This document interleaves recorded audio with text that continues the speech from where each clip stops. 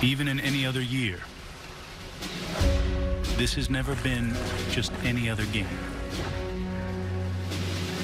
We're basically all on the same team, except for this game. It is totally different than any other game. There really is. Navy is a special team. Army is a special team.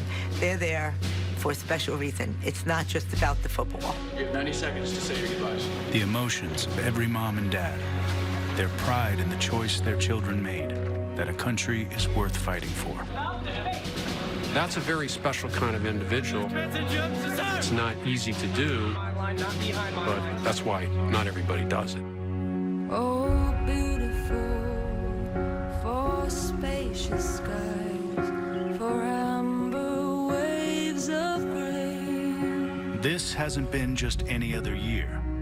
But while so much of life in America has been so profoundly changed, the rhythms of life in these two institutions have gone on. They simply have to.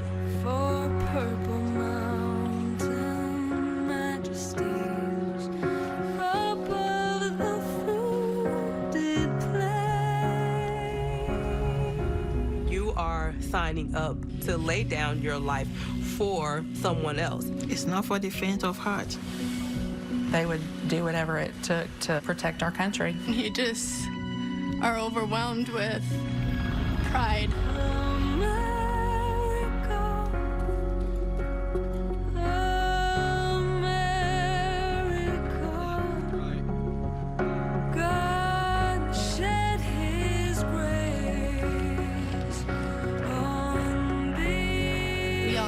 How precious spending time with them is. So you give up that. They're not yours anymore. Right, that's the unselfish thing for your kids. You let them go. You gotta let them go. The learning they do here, the training to protect the rest of us, isn't something that can be paused or homeschooled. And today, we celebrate that commitment like we do every year, in a game different from all the others. It's the best our country has to offer. Any parent that sees their son run out on that field, it chokes you up.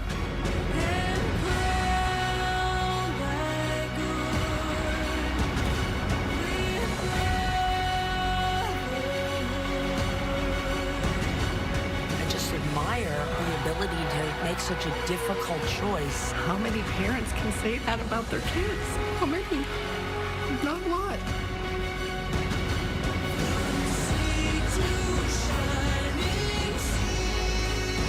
Army-Navy still reminds the rest of us that for every difference that seems to define us, unity remains an awfully beautiful thing to behold. Under one flag, as one nation. It's much, much bigger than football.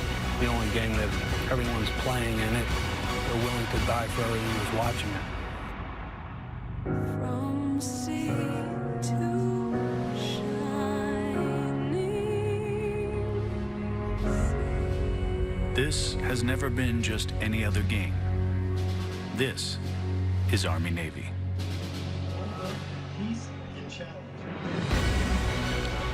What a beautiful tribute to the many players and their families who have been involved in this rivalry over the years.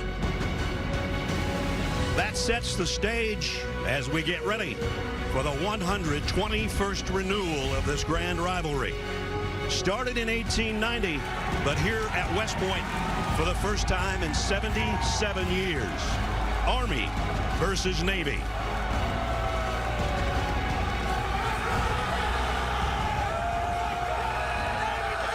Ladies and gentlemen, please welcome to the field the 45th President of the United States, Donald J. Trump.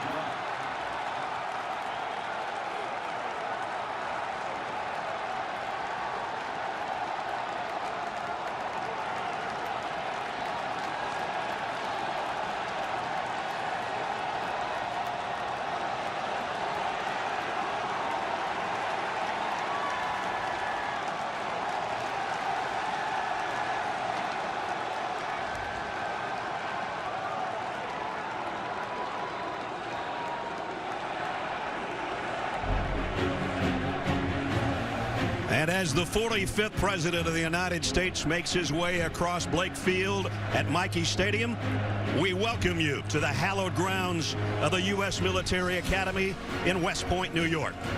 It was here, along the banks of the Hudson River, General George Washington transferred his military headquarters during the Revolutionary War, calling it the most important post in America. Founded in 1802 by then-President Thomas Jefferson, West Point has been a training ground across generations for leaders such as Ulysses S. Grant, Douglas MacArthur, Dwight D. Eisenhower, and so many more who helped form the fabric of our country. And for nearly 2 decades in the 40s and 50s, Army football coached by Earl Red Blake, and with stars Doc Blanchard, Glenn Davis, and Pete Dawkins, Heisman winners all, was one of the dominant teams in the country. Last played here in 1943, the Army-Navy game was moved from its traditional home in Philadelphia because of the disorder created by the health pandemic. So today, West Point is the backdrop for one of the greatest rivalries in all of sports. And we proudly welcome you to the 121st meeting, Army-Navy, America's game, presented by USAA. Another of the great traditions on this day, the invocation and presentation of colors. Here's our PA announcer, Mark Fratto. Please rise for the invocation by Army Chaplain Colonel Keith Good. Join me as we ask a blessing on this day, on this game, on our land. Almighty God, creator and sustainer, here at the end of an incredibly difficult year, we stop for a moment to focus on the joy of America's game and ask your blessings. First, bless this day as we recognize it is a gift. We did not make the sun rise, we do not make the earth turn, but we see the light and we feel the wind, and we're thankful we're not enjoying the rain. Lord, for this gift of life, we thank you. Lord, bless this game. Here on this field of play, 2 teams will strive with all their might to win. But soon, in the days ahead, we may ask them to deploy to a field of battle.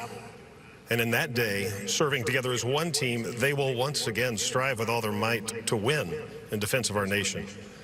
How thankful we are for the devotion displayed by these players on the field and by all in uniform who surround me from both academies. And so, Lord, I pray that you keep them safe, bless their dedication, their discipline, and their sacrifice. And finally, Lord, bless this land.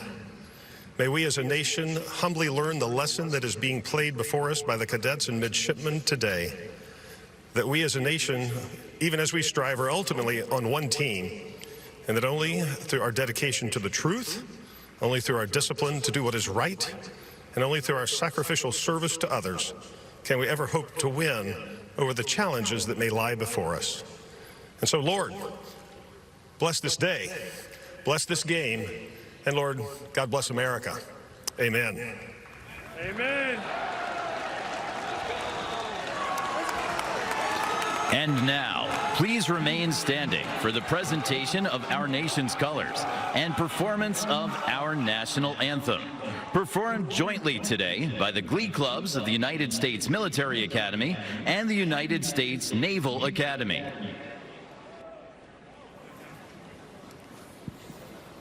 Oh, say, can you see by the dawn's early light what so proudly we hailed at the twilight's last gleaming? Whose broad stripes and bright stars through the perilous fight o'er the ramparts we watched were so gallantly streaming, and the rocket's red glare, the bombs bursting in air, gave proof through the night that our flag was still there. Oh, say does that star-spangled banner yet wave?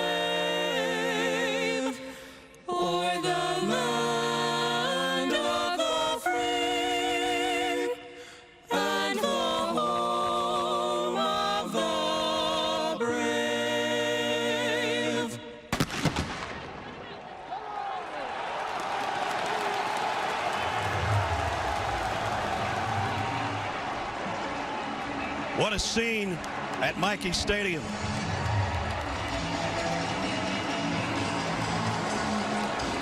As the fog continues to roll in, here comes the Black Knights of Army.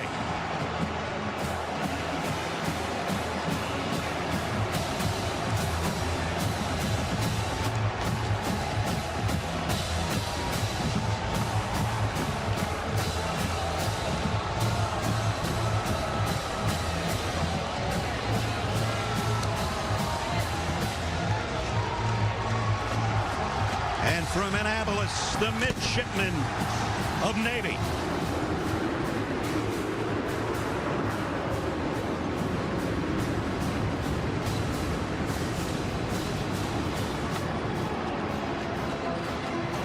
The Blue Angels fly over, the Apache helicopters as well. You could barely see them through the fog. Welcome, everybody. I'm Brad Nessler. My partner's Gary Danielson, Jamie Erdahl on the field. You feel it?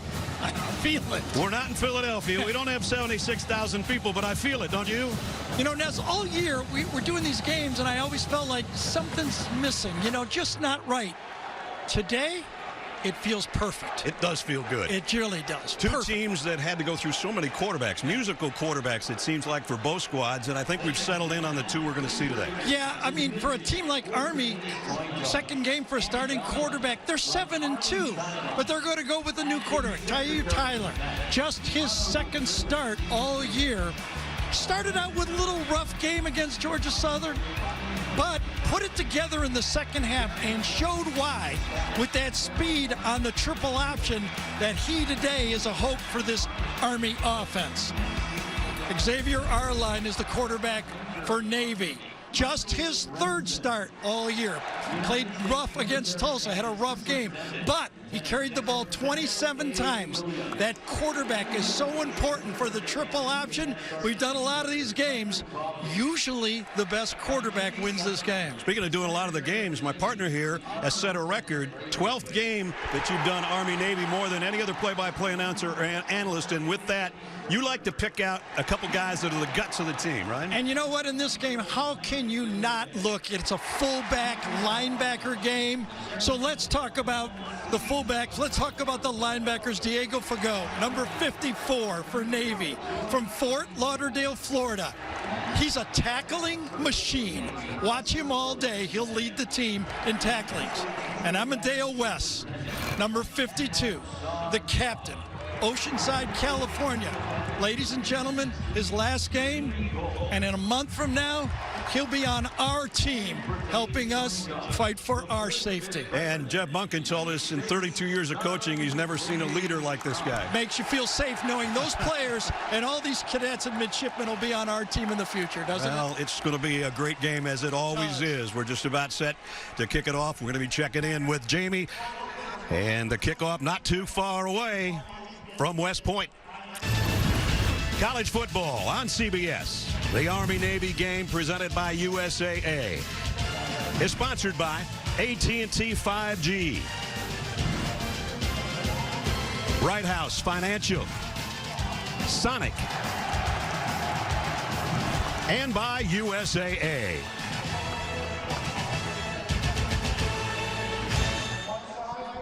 Anybody? Back at West Point, getting set for Army-Navy. And just moments ago, the coin toss down at midfield. Captains, welcome to the 121st playing of the Army-Navy game. My name is Dwayne Haight. This is Jim Eckel of the Atlantic Coast Conference. Joining us today is a very special guest, and it's my honor to introduce the Commander-in-Chief and President of the United States of America, Donald Trump. Navy, you're going to be calling today's coin toss. We have a special coin for today's game. On one side is the Army-Navy logo. That represents heads.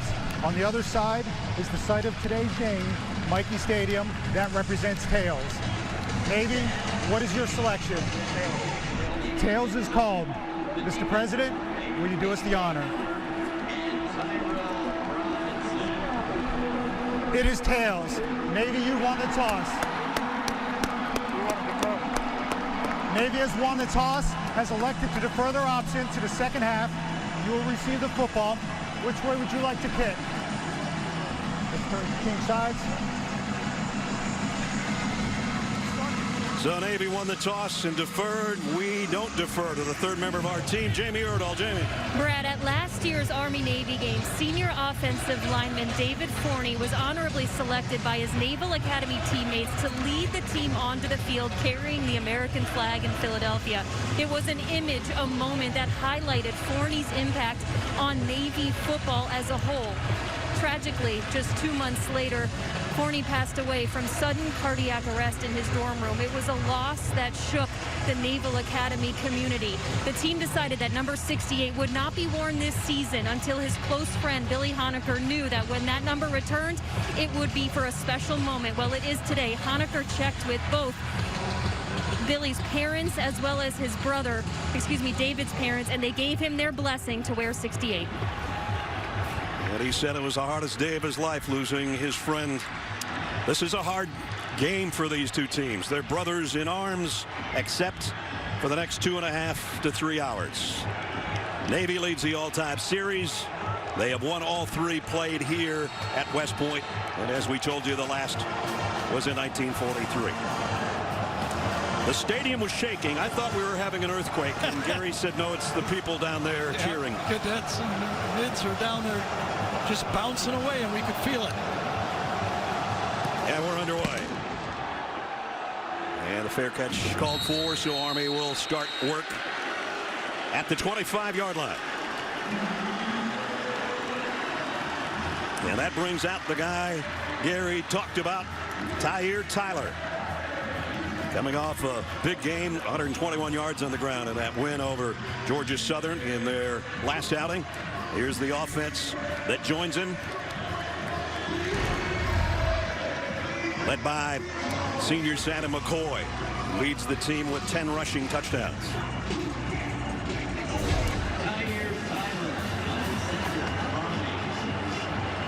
And the fog is getting thicker by the moment. And of course, Army in their specialty uniforms, pretty much the same color as the turf. Here we go. First down. And it'll be the quarterback on the keep, Tyler, for a couple, as we set the Navy defense for you. The defense that's been playing much better in the past couple of weeks. The captain of the defense, Jackson Perkins, the defensive end. The linebacking core, Fago, that Gary talked about, there he is. And the secondary for the midshipmen. On the very first play of the game, Navy added an extra defensive lineman. It was a wrinkle they said they were going to use to try to control this Army rushing attack. Second down and 8 from the 27. Tyler Robinson will get the handoff off the left side. And Tyrell Robinson maybe got out for a pickup of 2 more. Bernard made the stop, and it's going to bring up third down. And this is exactly what you want to get Army in a 3rd and long. Exactly. Every yard, every half yard in this game matters, because both teams are willing to go for it on 4th down. And to do that, they got to get it in that, 2 or 3 yards for 4th down. So every time you see a ball carrier get tackled and fall forward for another half yard or yard, that's like a win for both of these offenses. Every blade of grass counts. 3rd down and 6. And it's a first down on a run by Tyler. Both of these offenses were made and designed around the triple option. But lately, and because of less experienced quarterbacks, they're doing more of the load option or keep or zone read out of the triple option look. I bet we wouldn't see maybe 10 triple options in the whole game in this football game because of the inexperience at quarterback. Basically down to a double option. You got it. At the 40, first down. Straight ahead, maybe 2 for Buchanan, who just checked in. Kobe Buchanan, actually the leading rusher for Army, coming in with just under 400 yards on the ground, and he is a load. Comes out after his first carry. Army's the number 3 rushing team in the country, and Navy has struggled, ranked over 100 in stopping the run. But you also, when you look at this, you have to look at the schedules of the 2 teams. I would say Navy played a tougher schedule. Right.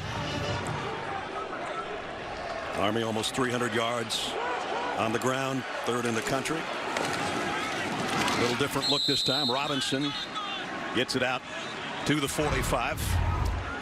Game by game, the quarterbacks. Look at the musical chairs at quarterback. Anderson.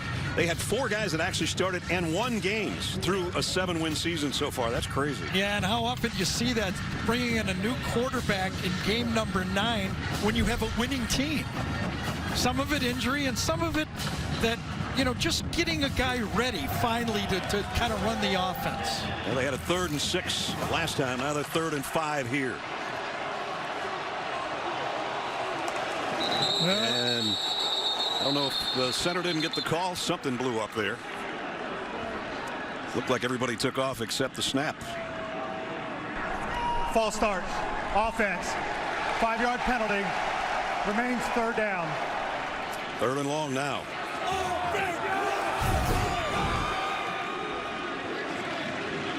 Yeah, it's everybody but the center. You got it. That's kind of key that he would know the snap count. Our cameras do a good job here, and it looks obviously very clear with as they focus in there. But up from the booth here, this marine layer has moved in, hasn't it? Didn't Vern do that game with Chicago and Philadelphia or something? Exactly. The Fog Bowl? Not as many passes in this game. That's true. Straight ahead on 3rd and long, and that's going to be 4th down and 7 or 8, and this will be a decision. No, this will be a punt. It should be. Yes, we're going to go check with Coach Monken if he goes for it from here. So Zach Harding, who doesn't get necessarily a lot of work, is going to get some here. Yeah, that's what it looks like. That's a little more what we're seeing. Zach Harding punted 4 times last year for almost 48 yards a kick. This one's going to bounce down to the 15 and tripped up at the 16. Great coverage. Mark Walker only got about a yard on the punt return. Early in the first quarter, no score, and the Navy offense will take the field for the first time when we come back.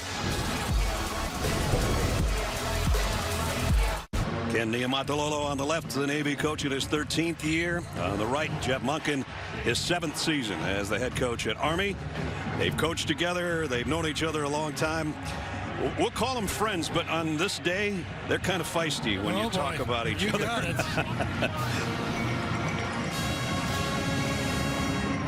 Xavier Arline, starting quarterback. Gary talked about him in the open.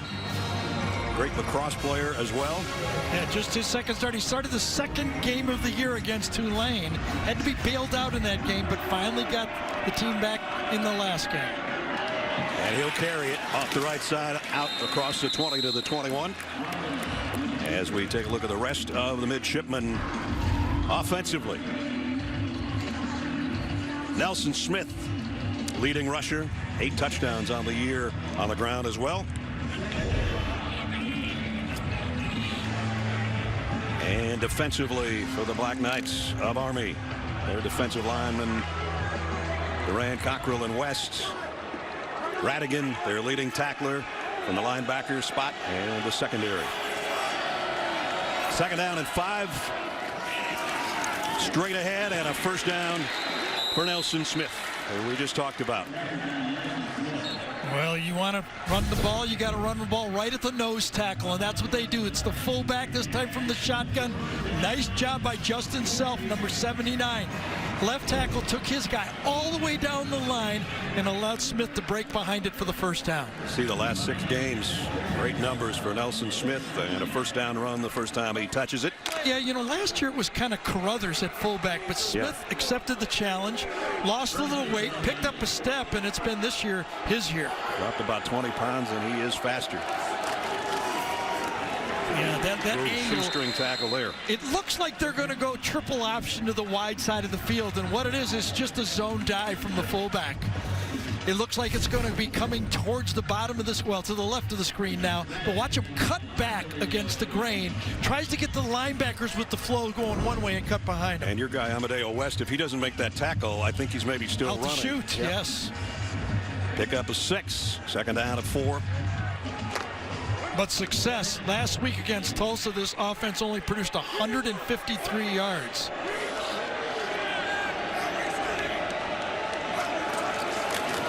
And it's Smith straight up the gut again. Just a couple. It's going to bring up third down and third and short. Navy quarterback story, much like Army's. 3 different guys have started their total of 9 games so far. Yeah, and interesting that it start the first 3 games, 3 different guys, too. This their 10th game. 3-6 Navy coming in, while the Black Knights of Army have won 5 of their last 6 with their 7-2 mark. So first decision of the game as you call the play here. Ivan Jasper, the offensive coordinator, long-time play caller, 13th year as coordinator for Navy. You wonder if he's figuring he's got 2 to pick it up. In the pistol set here, Arline will keep it himself behind Smith. Then he's out near the 40-yard line. First down. Aaron McDonald made the stop, but not before he moves the sticks. Xavier Arline was highly recruited by all of the academies. Air Force, Army, and Navy all wanted to be their quarterback. They knew the potential he had. You talk to the Navy people, they believe he is going to be a great one when he learns how to play this position. And it's a tough one to learn. A lot of decisions to be made on both sides. Yeah, even before the snap, a lot of check with me's at the line of scrimmage. First down at the 39. And again, this time, Goslin on the carry. It's Nelson Smith, beg your pardon. Jeremiah Lowry that time, the outside linebacker. Both teams play like a linebacker to the short side of the field and a linebacker to the wide side of the field. That time Lowry, number 43, came off the edge to just get the shoestrings. Pick up a 3, second down and 7 at the midway point of the first quarter. And you see the difference a year makes. Last year, #1 in the country, and just about twice as many yards on the ground as this year. And it's just unlike Navy. They're usually 1 and 2, Army and Navy. Yes. But you got to have the third part of the triple option, the quarterback. Oh collision at the point of attack. Hello, Jeremiah Lowry. Again, yes, the senior got the start. He and Andre Carter, number 34, kind of the twins there. 34 and 43 will play that outside linebacker spot. And watch him come in. It's almost a run blitz that time. That was called. You don't read it that fast. Give that one to the defensive coordinator on this Army defense, being able to get right in there and make that play. Jamel Carruthers thought he ran into a wall right there. And it's third down and long. 3rd and 7. Haven't seen a pass yet, will we?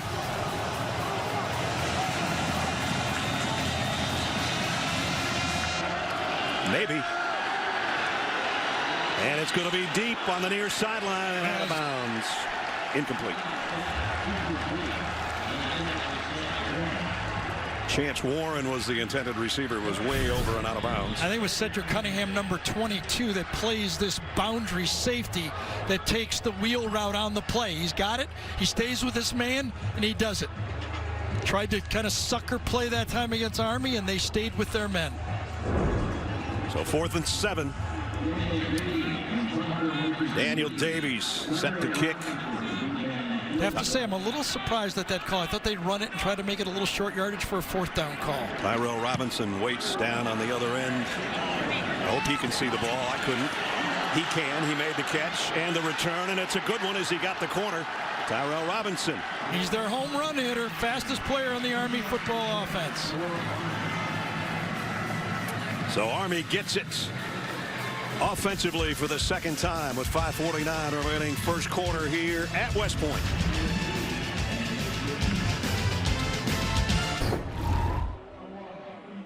Here at United States Army North, we know all about social distancing. We know a lot about defending our home turf. Go along, old man. From Colonel John Martin, class of 1974. And the oldest West Point graduate on active duty. To a proud parent of a current West Point cadet. Go Army! Beat Navy! Colonel Martin, I wouldn't take that old man stuff. No, because he's younger than me. Thank you. At the 35. Appreciate that, Pards. Second offensive series for Army. Short gain in those flashy uniforms. Jamie, I'm digging the uniforms. So am I. We're going to talk about them. Army's uniform this year honoring the 25th Infantry Division, a.k.a. Tropic Thunder. It was formed from the Hawaii Division a mere months before the 1941 attack on Pearl Harbor. Almost immediately, the 25th was called into action at the onset of the Korean War. That is the electric strawberry, their iconic insignia. Navy's uniform wraps a season-long commemoration of the Academy's 175-year history. The blue and white marble you're seeing represents the texture of ocean whitecaps as well as the stone you see on campus.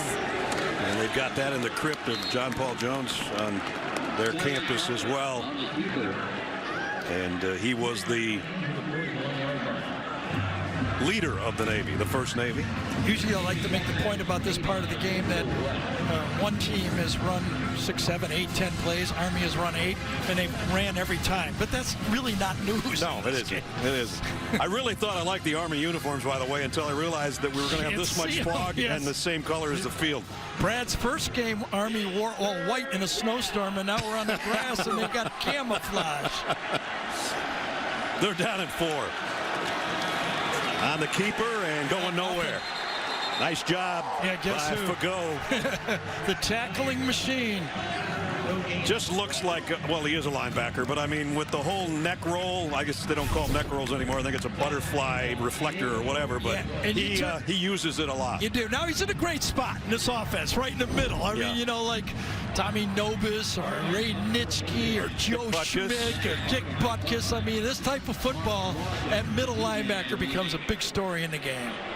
Zach Harling to punt again. This one end over end, fielded and returned by Mark Walker. Whew, man. And now we're going to mix it up a little bit on the punt return. And we'll talk to you guys at the end of the game. Yeah, we're with you after the game. Right now, we're not with you. Yeah. And we're going to be physical.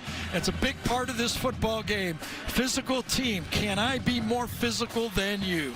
Both teams are here in the first quarter, that's for sure. Still scoreless. Navy on offense in a moment. Commencing first quarter at Mackey Stadium, Blake Field. No score between Army and Navy so far. Stream CBS Sports HQ. Completely free and always on Sports News Network for highlights, breaking news, and expert picks. Download the CBS Sports app on your phone or connected TV to watch today. So Navy's got it for the second time offensively. Each team's produced a couple of first downs, but 3 possessions, 3 punts thus far. Our line going to reverse field. Oh, what a nice move just to get back to the line of scrimmage. He did. That Army defense is defending the turf, and I actually think Army has a little more pressure on them in this game. They've got the home field, but you know defending home field means so much. Can you imagine again the Navy team? And if you look on the other side, Coach Niumatalolo said, you know, we're the only school in history, the cadet school, one of the academies that had played 2 true road games against the other service academies, but the opportunity to win in their place is worth it. You saw 8 straight wins here for Army on their home turf.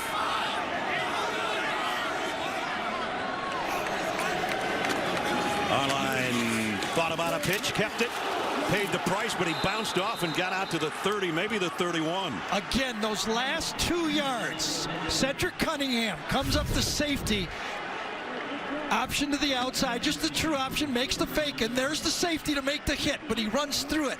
It was Marquel Broughton and Cunningham that he ran through both of the hits that time, both safeties. But those extra 2 yards means everything for these offenses. Those 2 guys each had 12 tackles in the last game against Georgia Southern. So they will hit you from the secondary. But again, a nice job by the quarterback for the second effort to make it short yardage on 3rd down. Big splits by that Navy offense. Oh, 2 men in motion. And thus the whistles and the flags. Again, you know, you have a passing team 5 yards, okay. But in this offense, big deal. False start. Offense. Left wing back. 5-yard penalty. Remains. 3rd down. Well, you know, AC number 25 right here is going to be the guy that moves while another player is in motion, and that's what's going to be the penalty. So that's 3rd down and 7. Last time in this situation, they tried to throw deep on the sideline. And there's what Navy has done in their 3 trips here to West Point. Not sure about that 12-4 game. I'm not even going to look into that if there was 2 safeties or if there was some other rules. 3rd and 7.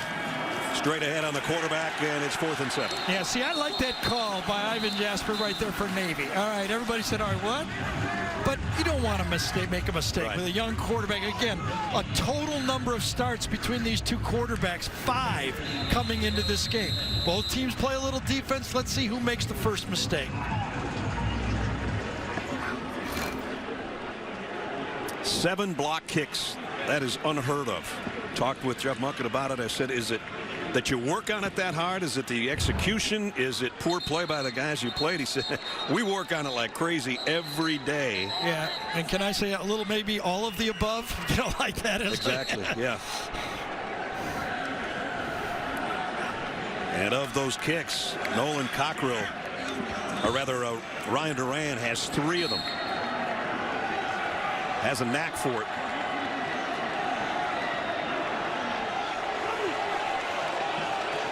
Daniel Davies, as you look behind him on the punt. Good protection that time by Navy. And interfering with a fair catch, I think. Otherwise, it's going to be a Navy touchdown. I'm not sure who that bounced off of. Kevin Brennan took it in for the score, but let's see if it's coming back. I don't think you'll be able to advance it either way, but let's see how it happens, whose ball it is. And Army thinks it's their ball. I thought he ran into the punt returner, and there's the fair catch. Kick catch and interference. There's the collision. 15-yard penalty from the spot of the foul. 1st down. Timeout. So a long run for nothing. And Army will have it on offense with a little over a minute to go in the 1st quarter. We made U.S. position. Now, can you steal a big play here? If you're Brent Davis, offensive coordinator, okay, you got to look down at this game and go, you know, both these defenses are controlling. There's Brent right there, the coordinator for Army. Can he steal one? Does he have a play in his pocket that he'd like to use right now? This drive. Navy had a key injury a couple of plays ago. Number 73 there. Right there. He get poked in the eye. It looks like it. Their right guard. Jamie will update us on that. Cade Bernard is in at fullback. He's their best blocking fullback. And short gain for Tyrell Robinson. Yeah, and Jackson Perkins, number 96. If you turn on the tape for this Navy team, you notice a lot of guys, okay? Fago, Bernard, number 67, the nose tackle, but Jackson Perkins, number 96. Big, tall, field side tackle, defensive end, and he makes a lot of plays. Yeah, he does. He's the captain of the defense. He's the guy that got his team fired up out on the warm-ups before the game. And the only Navy defender all year that has started every game. Yep. It's been a weird year for Navy. His service selection, Marine Corps ground. I want him on my side. Here's a throw by Army and a wide-open receiver and a catch by Robinson. Takes a big hit but holds on. As I said, if they've got one, this is just when they're going to use it. It has to be a surprise. They're just not sophisticated to throw when the other team knows it. Tight formation, play action pass, and the wingback right up the field to the fastest guy. Nice catch, too, by the way. Over the wrong side shoulder in the fog. Tyler to Tyrell. Yeah, that worked. First big play of the game, and it brings our 1st quarter to a close. Big smile on Tyrell Robinson's face after a really nice catch and a pickup of 28. End of the 1st quarter. No score, and Army-Navy will return to West Point after this message and a word from your local station.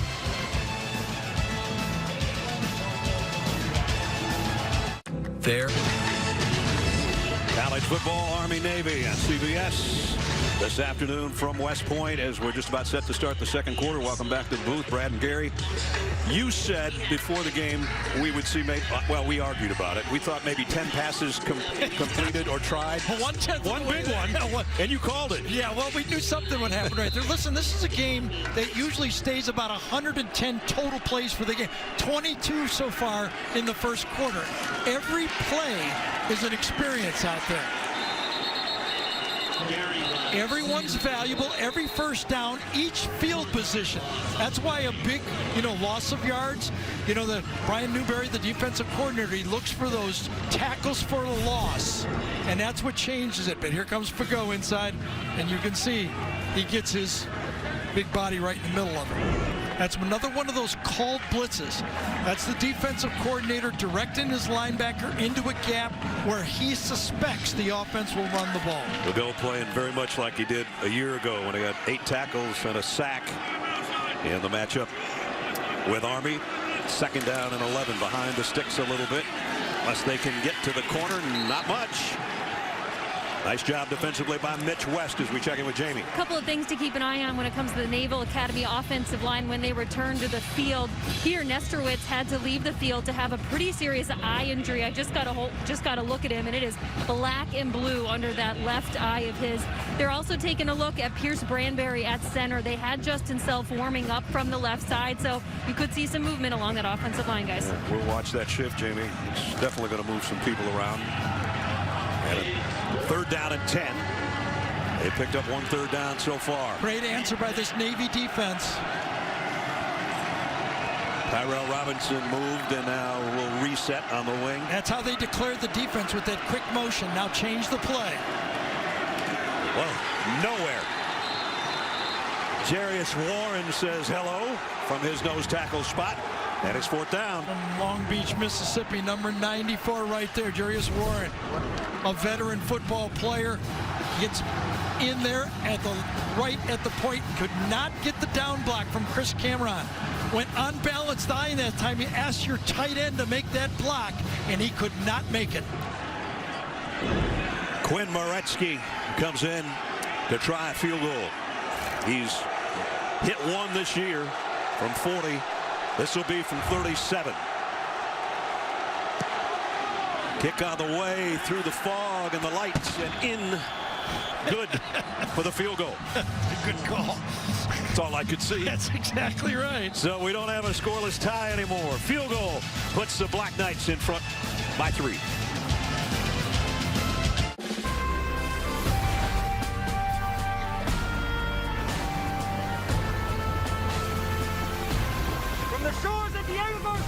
Deep in the ocean. Go Navy! Be Army! Those guys have better weather than we have. Yeah, the last couple days were gorgeous. Oh, it was. Sure, weren't they? Yesterday morning was perfect. Now, Monday on CBS, Simone Missick is back as Judge Lola Carmichael, changing the justice system 1 case at a time. CBS original series, All Rise, new episode Monday at 9, 8 Central on CBS. A short drive, 27 yards and 6 plays, but Brian Newberry's defense did a nice job making it just 3. More than nice. I mean, they stopped him cold. They got a tackle for a loss, which is one of the goals of that defense. They want to change the down and distance so that Army offense can't be comfortable, and they did it. Landon Salyers will kick. And goes out of bounds, out of the back of the end zone, I should say. And they'll bring it out to the 25. Let's go to Zook in New York for a Papa John's update. And Ness, here's some weather for you. Colorado entered the day undefeated, had a 21-10 lead, but Utah scores the final 28. Jake Bentley to Britton Covey here. The Buffs loss gives the Pac-12 South to USC. Easier to see the Utes in the snow than Army in the fog there, Ness. Pretty close. Good for Jake Bentley. He's gone through some tough times with that injury and everything, transfers, and glad to see him. He loves football, and glad to see him have some success. And Murray been there back in at center. Army with the first score again in this series. See if Navy has an answer. Man, yard and a half if they're lucky. Let's get an injury update from Jamie. Yeah, on the right side of that Navy line, guys, Peter Nesterowitz, he was taken to the hospital after suffering what I mentioned, a severe eye injury after being poked in the eye by an Army defender, and that is Bryce Teixeira who filled in for him. It is number 67. Good report, Jamie. Let's hope that Peter's well. That's a tough one. Everybody taking on each other, and sometimes those hands get in the wrong way. I'm surprised more linemen don't wear visors, to tell you the truth. Peter Sr. from New Jersey, and we wish him the best. He started 6 games so far this year, so he should be not too much in awe of this game. On a keep, pickup of about 3 for our line. You have to embrace this type of football. You know, you can't be saying, well, wait, you know, nothing's happening. There's a lot happening. You just have to embrace that line play and how intricate they have to do their blocking assignments. So another 3rd down situation. Navy, as we told you earlier, only 36% on their 3rd down conversions. And this is going to be more like 37. Well, we know last year what Navy would have done in this situation. Malcolm Perry would drop back to pass. And then take off. And then he would just run. And during the game, I was going, Army, quit covering the guys. What a brilliant performance Malcolm Perry put on in this game last year with over 300 yards on the ground. And they have struggled without a guy like him. And they're going to try the same kind of action with our line. Not going to get there, about a yard shy. Yeah, that's the call. That was a called quarterback draw. So instead of leaving it up to your senior quarterback to read it and do what he wants, this was a run all the way. And now 4th and 1, a decision by Coach Niumatalolo what to do. I think if it's a different part of the field, yes, they would think about going for it, but not in their own territory at the 34. So Davies will punt again. Both these teams, when we get around to a 4th down conversion attempt, both these teams are 20 for 28 on 4th down conversions. You'll never see that Seems again. Impossible, doesn't it? It does. Davies' kick. I've lost it completely. And Tyrell did not. Robinson holds on, has to hit the deck after he caught it. So we wish Peter Nesterowitz the best, because that's what the eyes look like as he headed off to head to the hospital. We wish him the best. Let's take a look at our military appreciation moment presented by USAA. Here's Jamie. Let's take a moment to appreciate America's game is taking place here in West Point for the first time since 1943. And today we honor U.S. Military Academy graduates who played pivotal roles in shaping Army football. There are the iconic names, Mr. Inside Doc Blanchard and Let's take a moment to appreciate America's game is taking place here in West Point for the first time since 1943. And today we honor U.S. Military Academy graduates who played pivotal roles in shaping Army football. There are the iconic names, Mr. Inside Doc Blanchard and Mr. Outside Glenn Davis, decorated coach Red Blake, and Pete Dawkins.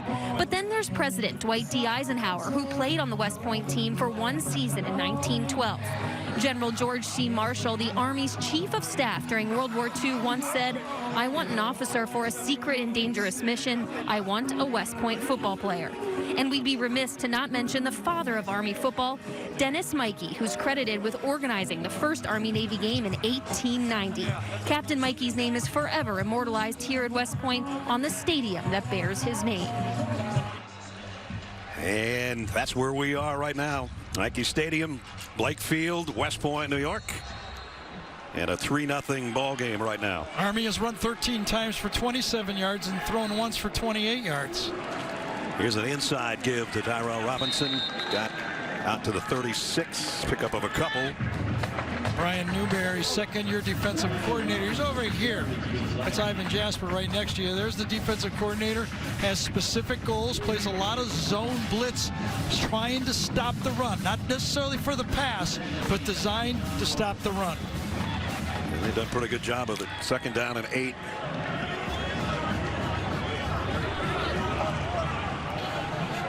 Tyler under center, and the pitch is low, and they're going to lose yardage on that one. Sandon McCoy had to basically get a shoestring grab just to hold on to that. See, this is what a good defensive coordinator does. You got to keep the offense off balance. Watch the late shift by the nose tackle just before the snap. That shift over there, that front of that defensive line, that's what keeps those blocking assignments guessing all the time. When we talked to Brent Davis about this Navy defense, he said Brian basically calls defense like an offensive coordinator. Mixes it up, you never know what's coming next. Each team with only one third down conversion will have to earn this one. Third down at 10. Looks like a blitz coming. And it's going to pay off.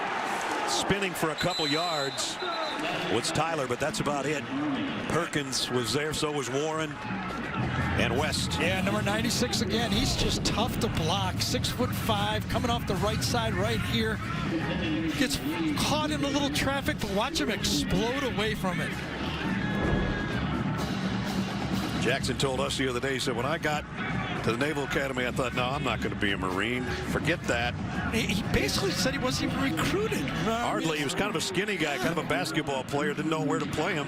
Well, he's a big dude now, and he's a big part of their defense. Great punt way back around the 11-yard line and dropped at the 13 is Mark Walker. Nice job on the special teams again. 9:16 remaining in the first half. There's that guy, Jackson Perkins, the captain of the midshipman defense. How often? Army-Navy game presented by USAA. A 3-0 Army lead on a 37-yard Quinn Moretzky field goal. Our only scoring.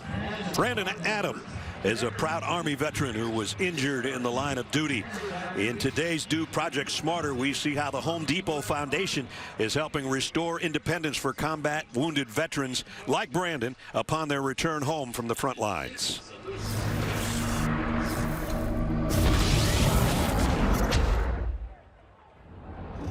It was 2:30 in the morning. I had my night vision goggles on. At the time in Baghdad, each EFP strike was 2 deaths. It was just dust. I just hear the boom, dust. Took my legs instantly. People don't realize how clunky wheelchairs are, and houses aren't designed for them. The partnership between Tunnels to Towers and Home Depot is paramount. Getting a home that's built for me specifically is a pretty unbelievable opportunity. I can just move around this house like nothing. That's the best part about it. Oh man. Top comes down. I was planning on this home being a way to kind of close some wounds. I can do all the normal things that, husbands are supposed to do. I can put out the trash at my own house now. Wow, that's huge. The Home Depot Foundation gave me the gift of security. I'm going to be living here hopefully the rest of my life.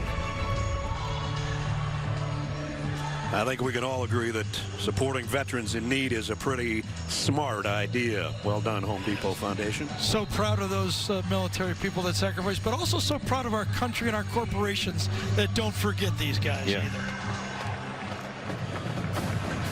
So not a good starting spot this time for Navy after a beautiful punt.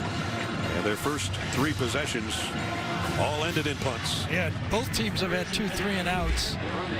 Brad talked about Malcolm Perry and rushing for over 300 yards last year. Navy rushed for 395. So if you take out Malcolm Perry, the rest of the offense had a total of 75 yards. That's the challenge in here today. Where do they find those Perry yards? They aren't going to get a yard there. They're going to lose a yard. And there's 4 basic linebackers for this Army defense. Armadale West, John Radican, Eric Smith, who just made that tackle, and then we already saw Jeremiah Lowry, 43, and also Carter, 34. I mean, they rotated that one spot, but any direction you run, they've got tacklers in that linebacker spot. Do they ever? Loss of a yard on the last play, 2nd down and 11. Four games allowing 9 or less. 16 a game is 8th in the nation and 4th in the country in yardage. 2nd down and 11 here. It was a pretty good run just to get out and pick up 4 for our line. So what you have to do if you're in an offensive line, especially with these triple option teams in the pit, you have to block low. You have to take on these nose tackles with the backside scoop. See how they block low right there? Teixeira has to get down. When you watch Navy early in the year, without a lot of live practices, they weren't doing that very well. They didn't have their normal blocking down. If you watch Navy more than any other different team, the triple option teams, Air Force, Army, Navy, they go live in practice. Yeah, they didn't hit at all, No. and that showed up when they played BYU because they hadn't even touched each other, and they barely touched BYU. But they're playing much better here in the last 2 or 3 weeks. Wow.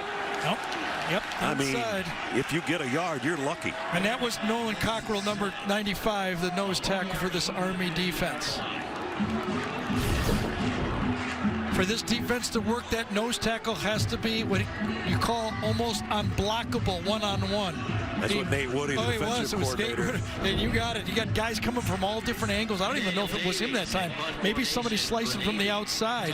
I thought it was right up the middle. Might not have, but you eat blocks, and then you got to make tackles if they single block you. Davies has been a busy punter. Tyrell Robinson gets out of the way and lets it roll. It'll roll down around the 45-yard line, so it's going to be good field positions. Just a field position game right now after the great punt earlier. They don't quite get that many yards back in the other direction. Jeff Monken's team with a 3-point lead over the midshipmen.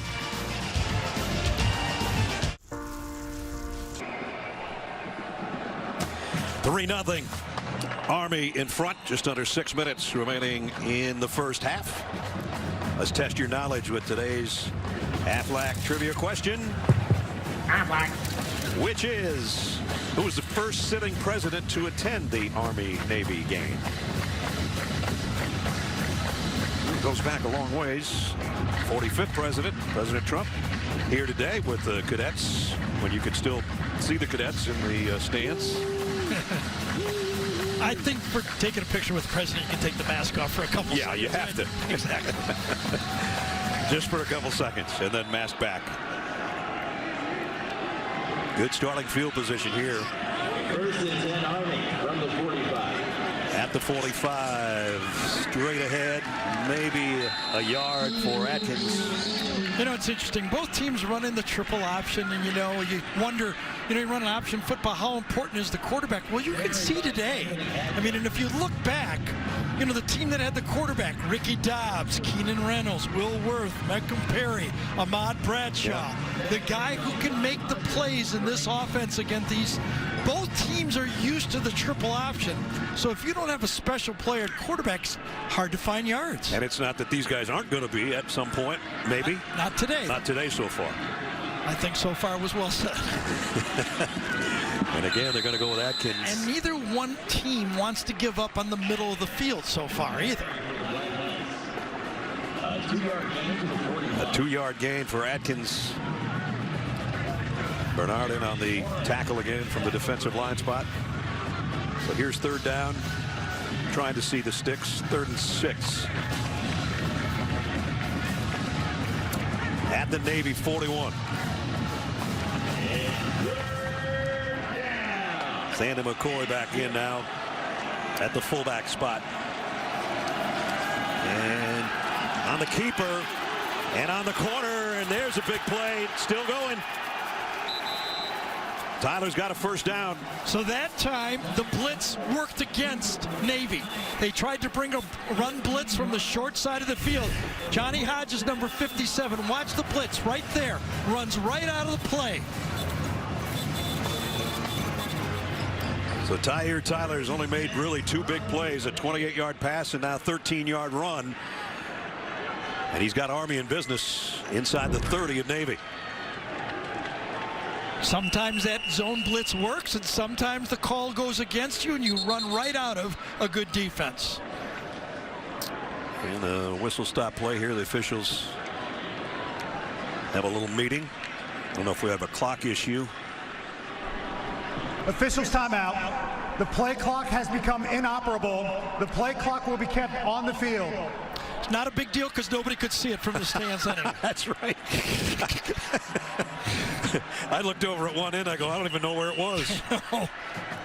It is deep. It is a layer, isn't it?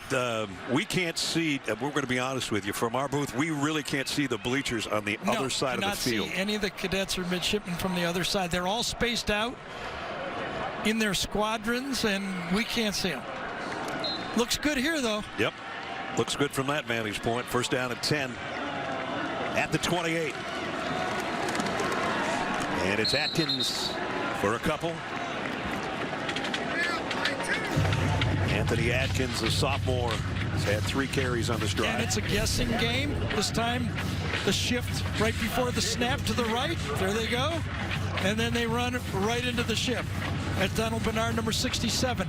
The 4th different nose tackle that Navy has run in this football season. There's roughly what Gary and I are looking at from our vantage point. 2nd and 8. On the keeper, Tyler. Oh, look at that safety fill. Kevin Brennan in there in a hurry, number 7. Again, without a passing attack, those 2 safeties, West and Brennan, 6 and 7. They play, run. They're just play and run every time. One guy's got the pitch guy, and the backside alley runner has the quarterback, and they did it perfectly.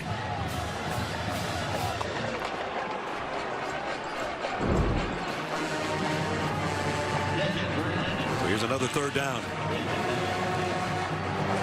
And if you're calling plays here, you're calling plays thinking of 4-down territory. Sandon McCoy behind Tyler. He's going to keep it himself. Driving. So funny. Quarterback runs off tackle and basically a quarterback power, and the safety makes the tackle. Kevin Brennan, number 70. There might have been a linebacker there, but I saw the safety there as well. They are up there. Well, here's your 4th down you were talking about. 20 out of 28 this year, Army is. But they did kick a field goal, remember, for a 3-point lead, so it's within range. What do they do here? They are going to kick it, I think. There's the identical 4th down conversions that I don't think you'll ever see again in any game, unless it's this game next year. Yes. So Quinn Maretsky hit from 37 earlier.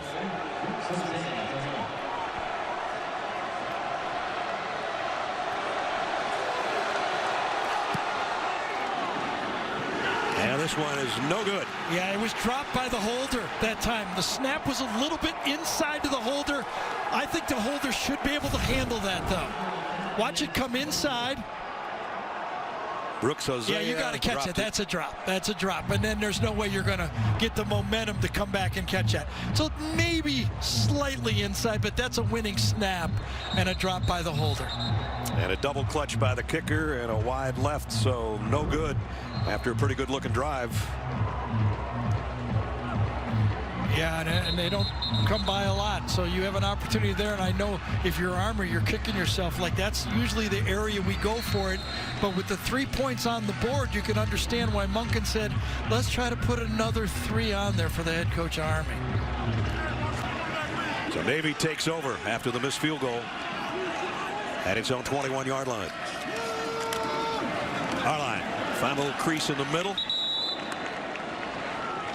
Bring up 2nd down. And a little bit earlier, we asked you our trivia question. First sitting president to attend the Army-Navy game, Theodore Roosevelt, 1901. By that time, that was the 11th meeting. And today, we're in the 121st meeting.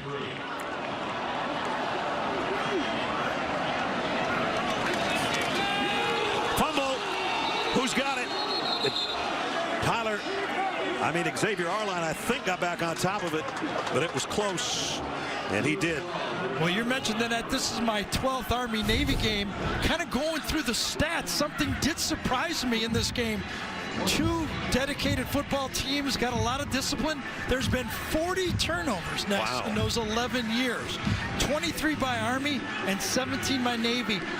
Neither team, both teams have only won 1 time when they didn't win the turnover battle. Well, they're so disciplined the rest of the week, they want to come out and, mess things up once in a while. Let it go a little bit. And the final half minute, Navy will receive the 2nd half kick, by the way. Just joining us. And now we've got a timeout. Yeah, and if I was Army, I'd be calling timeout. The way they can block punts, 7 on the year. Exactly.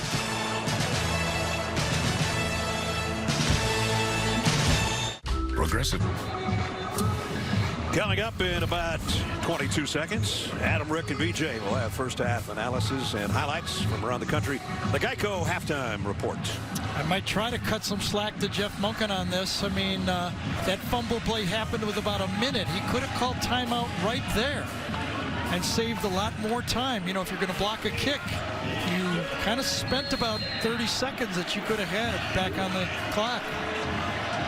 See if Navy can pick up this third down. They're going to try to throw for it. And they're going deep.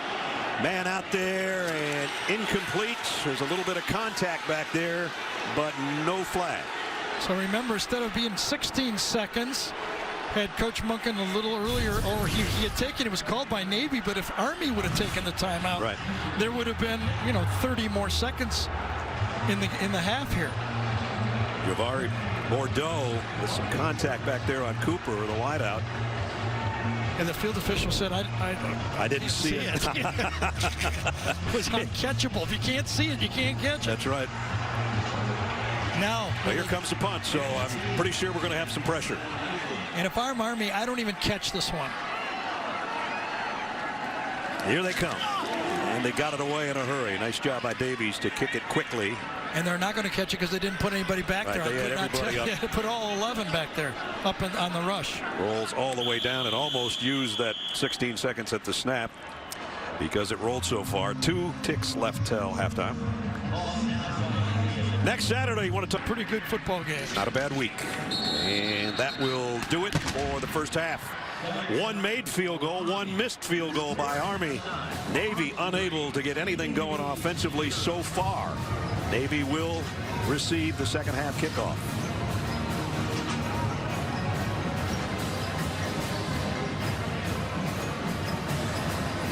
And as both teams head out and to the locker room through the fog,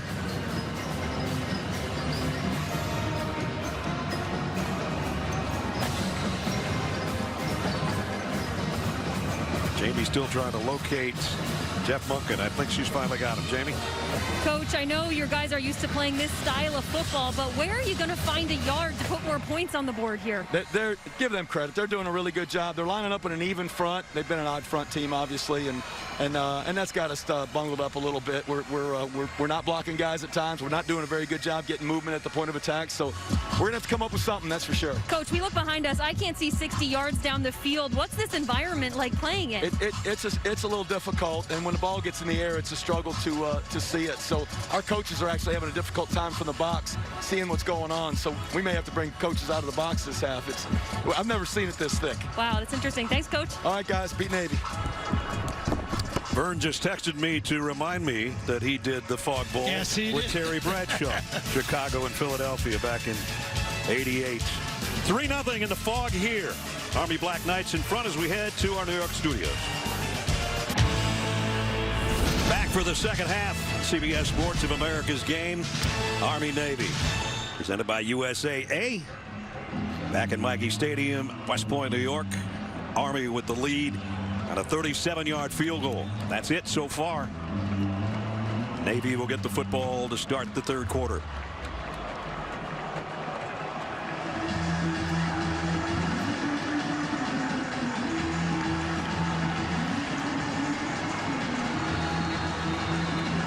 Both the mids and the cadets hoping that the second half belongs to them and their team.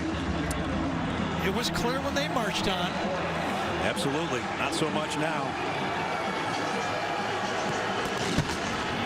And a second half underway.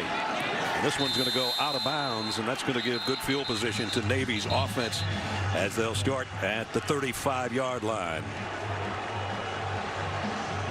Welcome back, everybody. Brad Nessler and Gary Daniels, Jamie Erdahl down on the field. So many times we talk about 1 or 2 plays makes a difference in a game.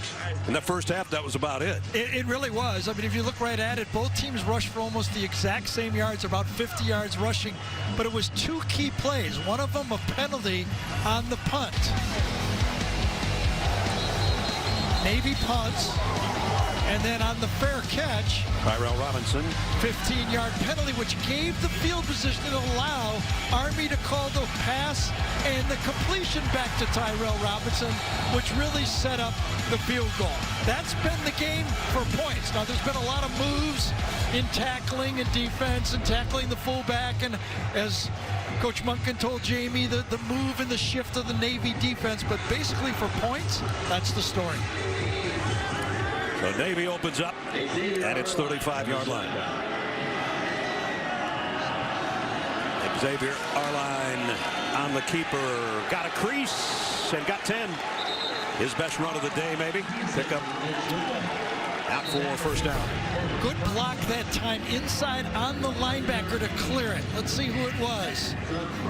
Oh, beautiful block by the lead back that time. And that really sprung the running back, the quarterback in this instance, to gain the yardage. Nelson Smith is the guy that got the block.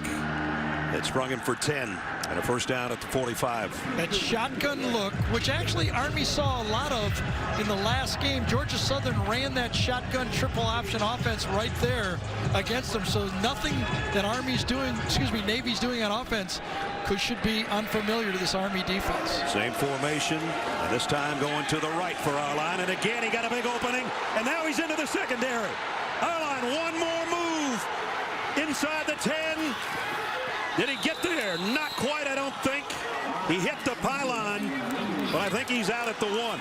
So when a play works, same thing to the right. We ran the last one to the left.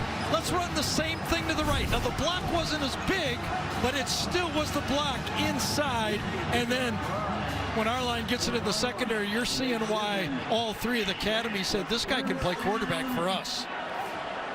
All the way down to the pylon cam, and as you can see, his knee's going to go down to his elbow, I should say, at about the 1-yard line before he wipes that camera out. And before he lost the ball, at least Navy should hope so. Ball came out after his knee went down, I think. That's what they're taking a look at. As he reaches, see how the ball comes loose. It hits the pylon, but does his knee come down before he hits the pylon? The different angle. Gene Steratore is our rules official. Gene's watching this with us the best he can. Yeah, we're trying to get a couple looks. This pylon cam is a pretty clear look, and to me it appears that the knee is down with the runner with possession of the football short of the goal line. So many players, Gene, make that mistake of reaching out and lose that ball reaching for that pylon, don't they? They do, Gary, and it's instinctive, you know, yes, from a runner's perspective, is that you're trying to get every bit of yards that you can, you know, but at some point the possession of the football instead of that extra half yard has to take precedent. I think the right knee goes down at about the 2 before the ball comes out. And he's fortunate, or that ball would have been a fumble into the end zone. Dwayne Hyde is the referee. Here's a call. And he's about to make the call. It's going to be first and goal. He didn't turn his mic on. It's going to be first and goal at the 2. So the biggest play of the day, 64-yard run by Xavier Arline, has got Navy knocking on the Army door. Yeah, everything's working on defense at halftime. You come out, you can't stop the run. Nelson Smith into the pile. Might have gotten half of it. They're still pushing and shoving, and finally there's a whistle. I think he got to the 1-yard line. I hate that late whistle right there. I just wish that the forward progress was stopped, and there was so much time before the whistle that time. I don't think it's safe, and I just hate that tugging at the ball in that situation. Remember the play before when Nelson Smith got the good block again? They run the same play to the right, and he leads for it. Watch number 43 in there, and he just shadows just enough to get Radigan off the tackle and break it. He's the guy that sprung in for 10 on the play to the left, and then 64 on the Weaver. And now Smith is behind our line, gets the pitch, hitting the backfield, backing his way back to the original line of scrimmage. Wow, Jabari Moore, the boundary corner that time, number 4 for Army, takes on the block, and that allows the tacklers. Watch to the outside. He takes on the block, turns it back inside, and then it's cleaned up by number 22, Cunningham. So they're right back where they started. In fact, just a little bit more outside the 2. But when your corner makes that play, take on a blocker and turn it in, you can play some good defense on the edge. 3rd down and goal. What are you thinking of your Navy? Is it 2 more downs, or are you going to tie the score with a field goal attempt? Right now they're going to take a timeout because the play clock got down to 1 second. So we'll take it with them with 12:03 remaining, and a huge 3rd down coming up for the midshipmen when we come back. This is Warren in that Navy huddle during the timeout. Right. Remember last year, right? In Philadelphia? Yeah, he was letting everybody know. You can always go back to me, right, Ness? The little Philly special, number 13, Chance Warren just lofts it up to the fullback Carruthers. Well, after the timeout, we're about ready to find out what they've got up their sleeve on 3rd down and goal. Just outside the 2. Do they have the guts to throw it here? Carruthers is in there. The guy that caught that pass last week, so is Chance Warren. Yes.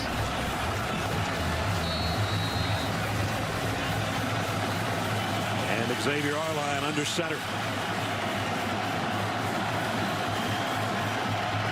On the keeper. He's in. Touchdown, Navy.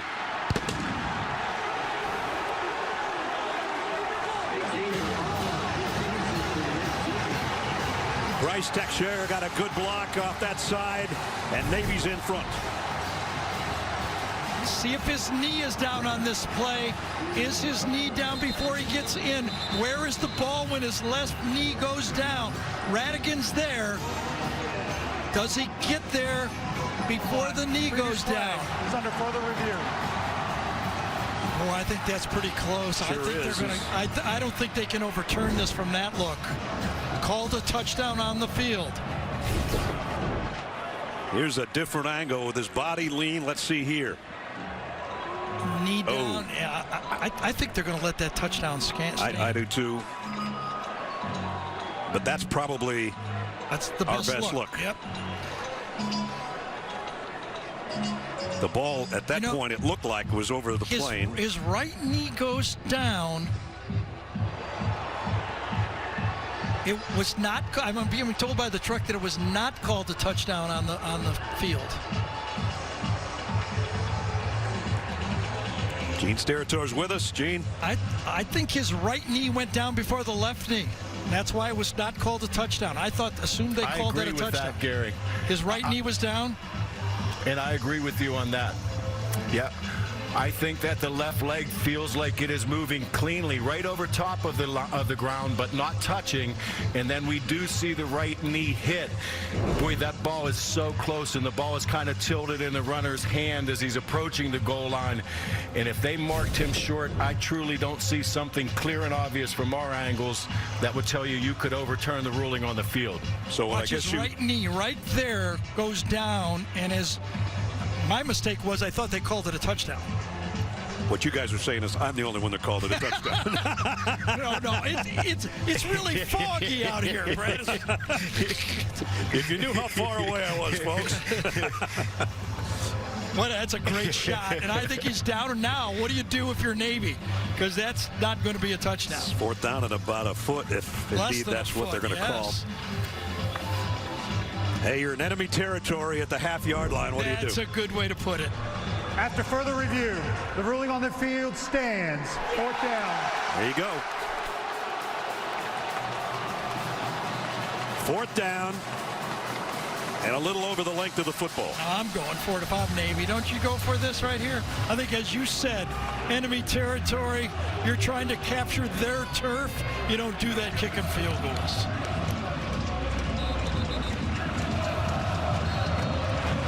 So the play of the game so far is at hand.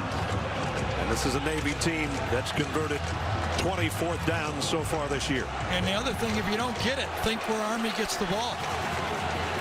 Nelson Smith behind our line gets the call and nothing. Didn't get it. The Black Knights hold their ground. There was no movement up front at all. There's their leader. And that emotion tells you that they just got to stop on fourth.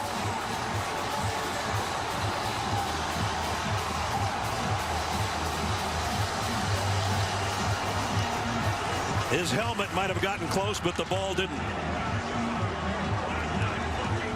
What a collision. That close. Watch Nolan Cockrell, the nose tackle. He goes low and allows Radigan 47 to go above him. That stops the momentum on that play. There's your guy. Yes, you want him on your side. Ruling on the field was no touchdown. The defense holds inside the 1-yard line. We take you back and we listen to hear if we can hear a whistle. Gary was talking about this earlier.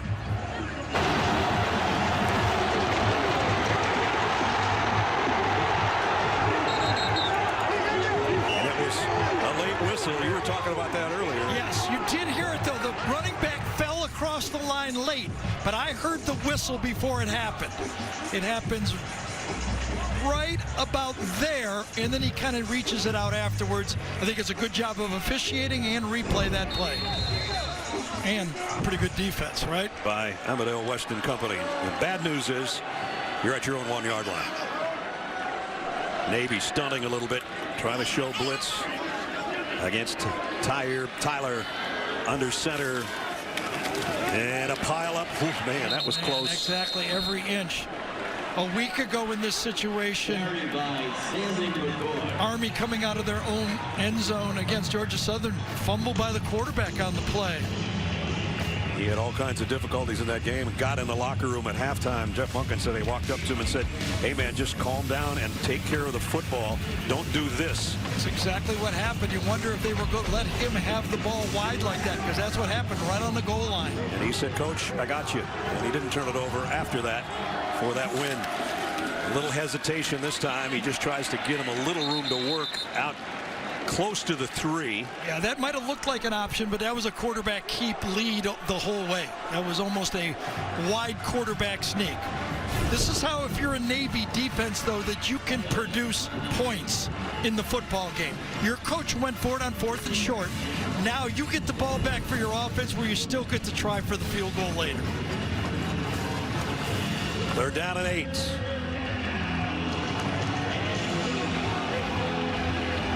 Very doubtful that you'd see a pass, but who knows?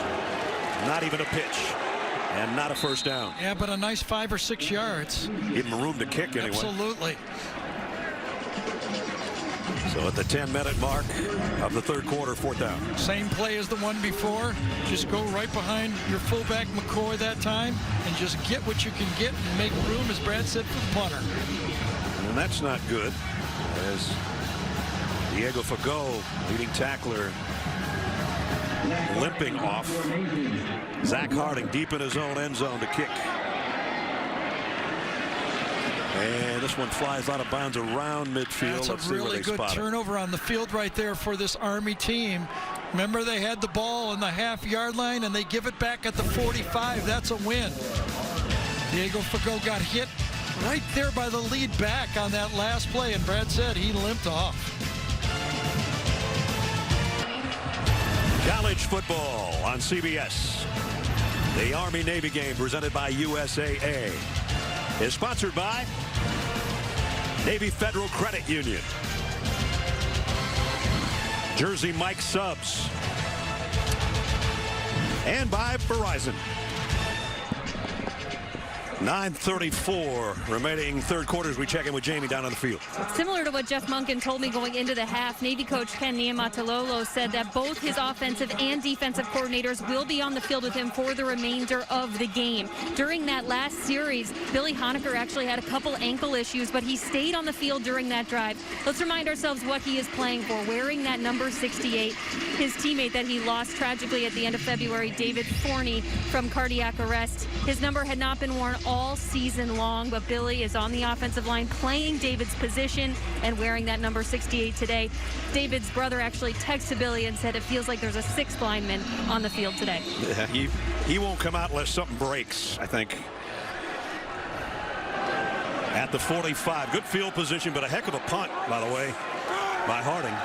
Here's a pass, upcoming, going deep, man out there and out of bounds again. That's the second time our line has thrown it out of bounds. Let's take you back to the third and fourth downs when Army held, and we see it from our AT&T 5G pylon cam, Gary. Well, of course we see it because they're under the clouds and everything on this one.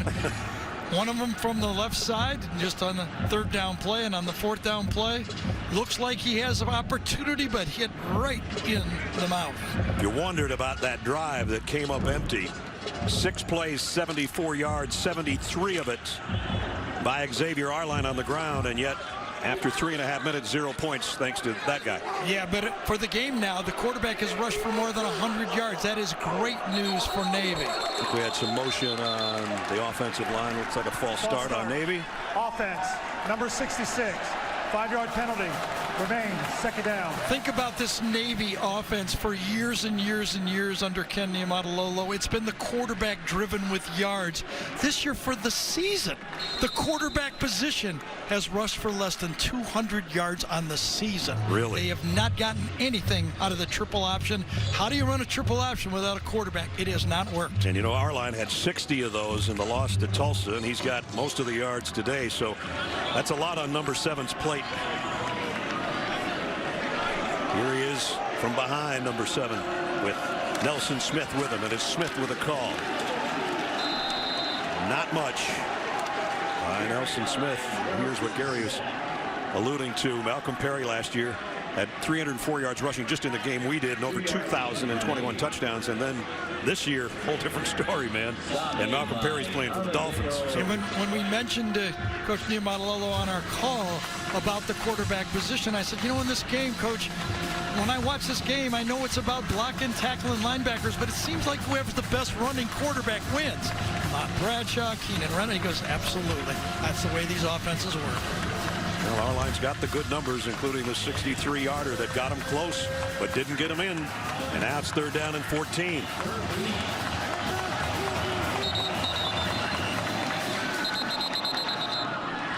Just delay a game?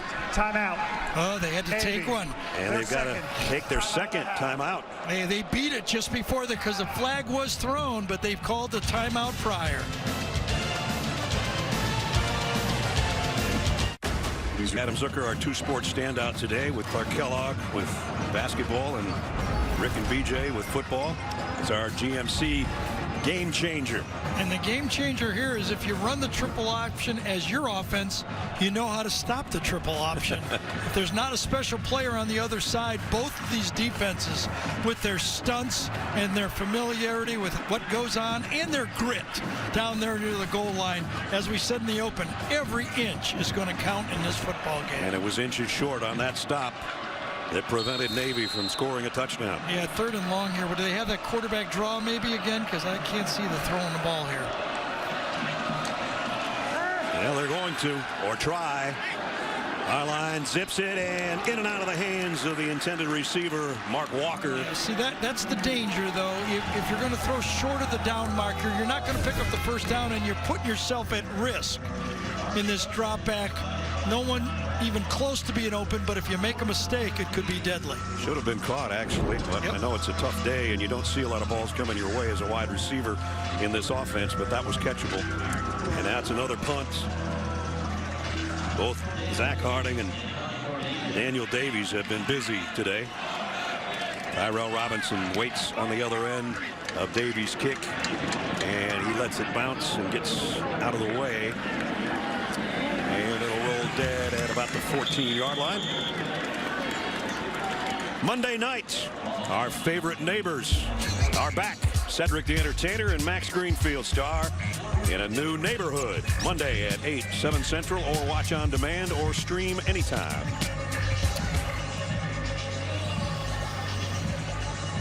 Take a look at the game trends. Tyler, career high 28 passing yards. Right. One throw. Yep. Army goal line stand was a thing of beauty. We showed you that just moments ago. And the 3 combined first half points, the fewest in 11 years.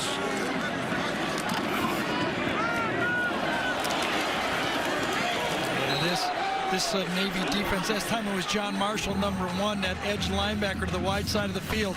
Probably their most athletic player they put in that position. He's a hybrid linebacker safety. They call him the striker. Plays to the wide side of the field, and he handled that option beautifully that time. Almost the midway point of the third quarter.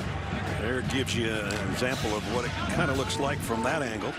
But again, that's a win for the defense. 2 yards like that, you're in control on defense. There's that, this time shift to an odd front. And on the keep, and a big opening. Tyler, all the way out to the 45-yard line. So you pound, and you pound, and you pound with that fullback. And you catch those linebackers saying it's got to be another fullback. Nope, this time Fago gets caught up in the action, can't make the quarterback play, and he's almost to the house. 28-yard pickup for Tyler. Watch number 54. He gets caught up in the action inside, in the traffic, and gets blocked. He doesn't really get blocked, but not enough to really play to the ball. Now they go back to the banger on the inside. Think about this.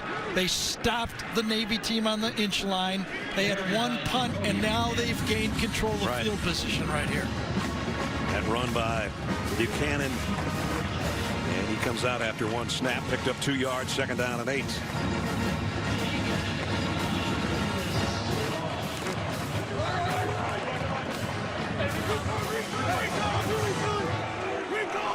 This time, Tyler in the gun. On the pitch, haven't seen many of these today, and maybe that's why. A loss of 2, and Marshall again made the play. Again, everybody's got an assignment, and the safety number 7 and number 1, Marshall, both do their assignment. Marshall forces the pitch, and number 7, Brennan, comes up and takes the pitch man. That's called assignment football, and when you do it for year after year, after practice, after practice, you know what you're doing. A 3rd down and long situation again for the Black Knights. Defensive coordinator Brian Newberry said, we back the fundamentals in that big layoff, and we're playing our best defense of the year. Again, they'll try to get to the edge. A good block on the corner. And a good tackle afterwards. Brandon Walters on the carry. That time it was Mitch West who made the play. I think McMorris somewhat halfway slips on the block, and then Michael West comes up and makes it the tackle, a clean, perfect tackle. Here's your 4th down and 2. Ooh, I think that even though Army is built on analytics and they say 4th and 2, you should go for it, scores 3-0. Yeah, going to play field position. Exactly. Again. That's when the analytics don't mean much. Chance Warren waiting on the kick. If he can see it, he's doing a great job. Let it go, and it goes down to the 6-yard line. So in one series, this Army football team turned the ball from their own 1-inch line to the Navy, 7-8-yard line? And you saw Jeff Bunkin hugging his punter. You don't see that very often, do you? Zach Harding, great kick, and he's still getting roughed up over there on the side. To tell you the truth, in 3-0 games, you might see it a lot. 4:58 remaining in the 3rd. Friday at 7 Eastern over on CBS Sports Network. We'll crown a champion for Conference USA as the East Division champ battles the West Division champ for this year's title. You can catch it all on the 24-hour home of CBS Sports. My buddy just texted me and said, at Army, the punter gets more hugs than the wide receivers. I think that may be true, that right? Could be. They're getting a lot more action, I'll tell you that much. The worst field position so far. You remember the last drive, they started out with a pass, and that got them behind. They never caught up. From the 8. And a big hit in the backfield, and down goes Carruthers in a hurry. John Radigan, the inside linebacker, their leading tackler. For years, number 47 had to wait his turn. He was playing behind a pretty good football player, Brad, Cole Christensen. Yeah. Now activated and playing for the Los Angeles Chargers. I did that. Well, he's a semifinalist, Radigan, for the Bednarik Award, which is one of the top defensive player awards. So he had to wait his turn, and then he was asked, what did you learn in those 3 years? And he said, humility and toughness to wait my turn. Quarterback keeper all the way, trying to get to the corner is Arline. They'll bring up third down. Chance Warren was the guy trying to lead the way, blocking for him. 3rd and 4 coming up. Kind of feel like this is a big play for the Navy offense right here. They need to get that defense off the keep their own defense off the field and try to regain this field position battle. Even if it's just one first down yes, or two. Exactly. You gotta just feel like this is the biggest third down call. They're going to go shotgun.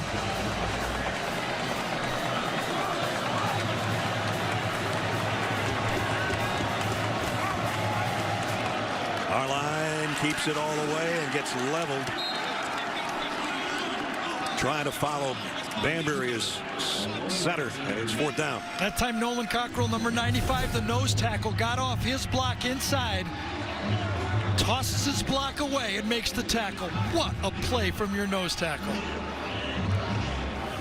There's the reaction. Nate Woody said he could have played for any team I coached. Nose tackle, coach at Georgia Tech, probably our best player, very strong upper body.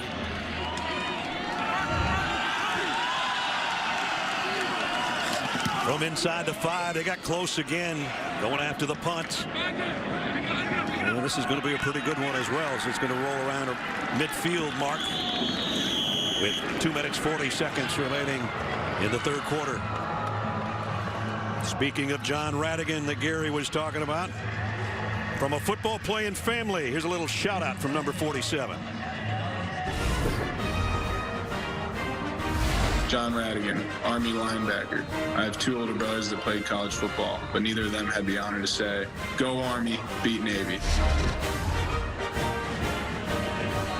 And his brother TJ played at Penn State. His brother Joe played at Princeton, and here he is at Army. Jamie? Yeah, and you see that hometown as Naperville, Illinois. Not the only Naperville native playing on this field today. You're going to see Mitch West in this Navy defense as well. They went to 2 different high schools, but both hailing from that same area in the same class.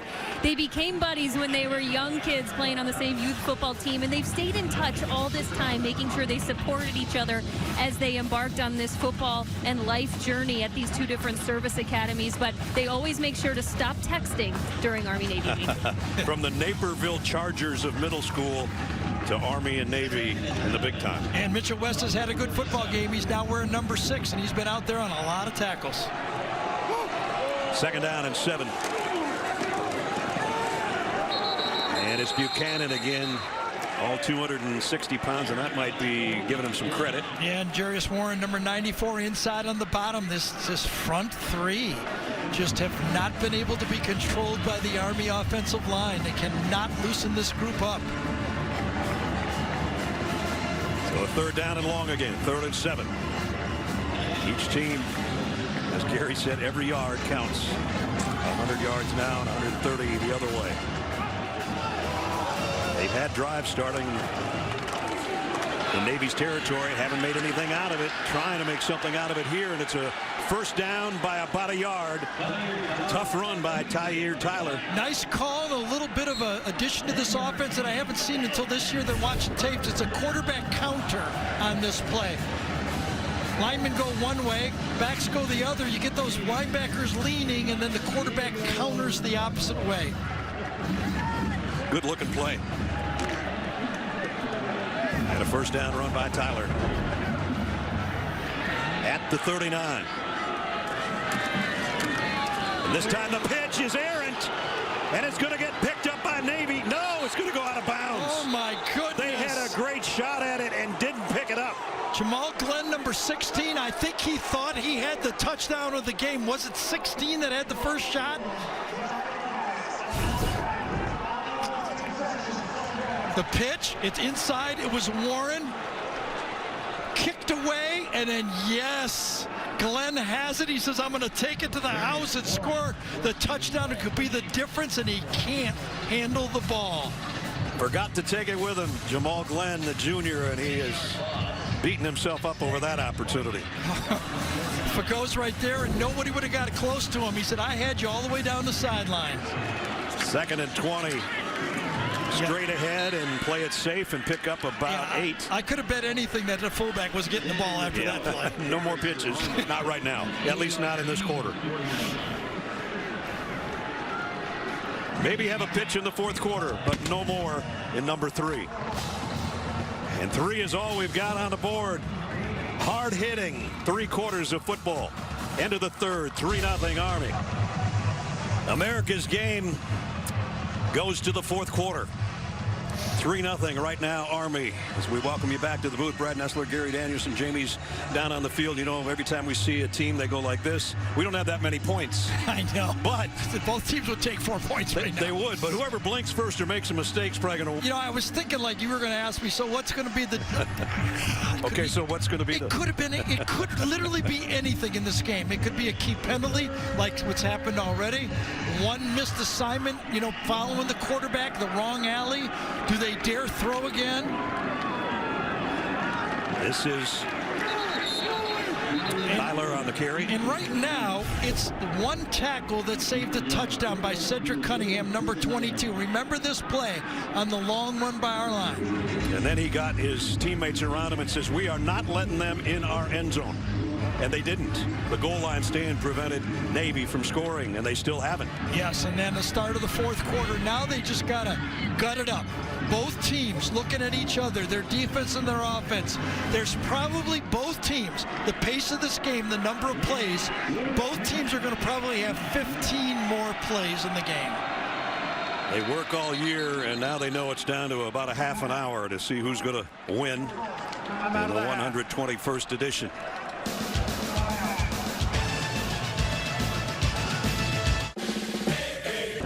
We started things off about 2.5 hours ago with that great open produced by Pete Radovich.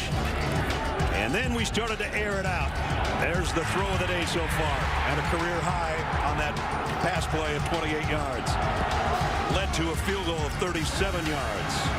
Up and good as Army scored for the 7th straight time to open the game.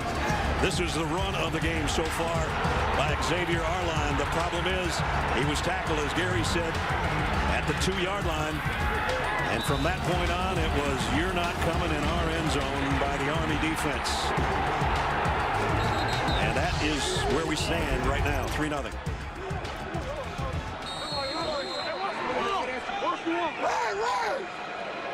And another punt as well by Zach Harding. Is going to boot it to the far side, try to knock it out over around the 10. I think it's going to go out closer to the 15 or more. And that's where they stop. Got it. Nailed it. 15 right on the toe. So 14-10 remaining. Well, from today in the afternoon to next Saturday in prime time, we'll take you to Atlanta, Mercedes-Benz Stadium. Top-ranked Alabama, number 6 Florida. It's the SEC championship. And 2 of the best to play their position. We're going to see a little different quarterbacking next week. Yeah, I would say that we're going to have more than one completion for 28 yards. Mac Jones, that's a Kyle fight. Trask. It's a fight for everything, right? It might be a Heisman fight. It might be a fight to the playoff. It could be a lot of things. It'll be exciting as always. Hope you join us next Saturday night.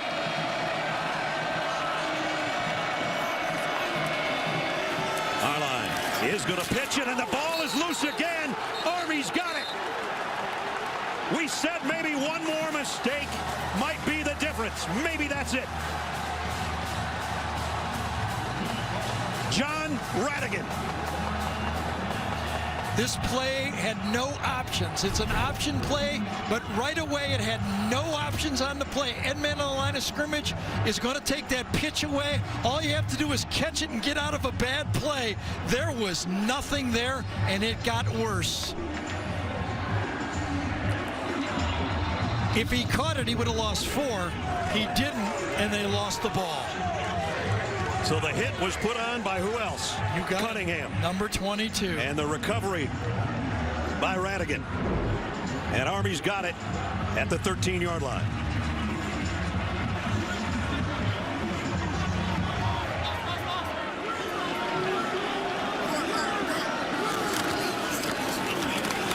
Just a keeper straight ahead for Tyler. Maybe to the 10.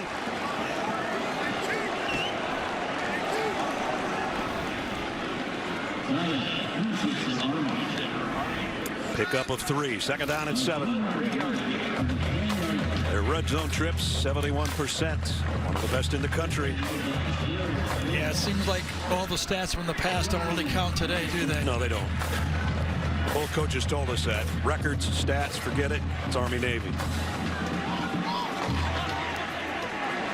Tyler again in the gun. And again follows his fullback, and he's inside the 5. That was pretty. Brent Davis dialed up one on that one. You fake to the fullback, then you follow the running back behind it. This was just ISO from shotgun.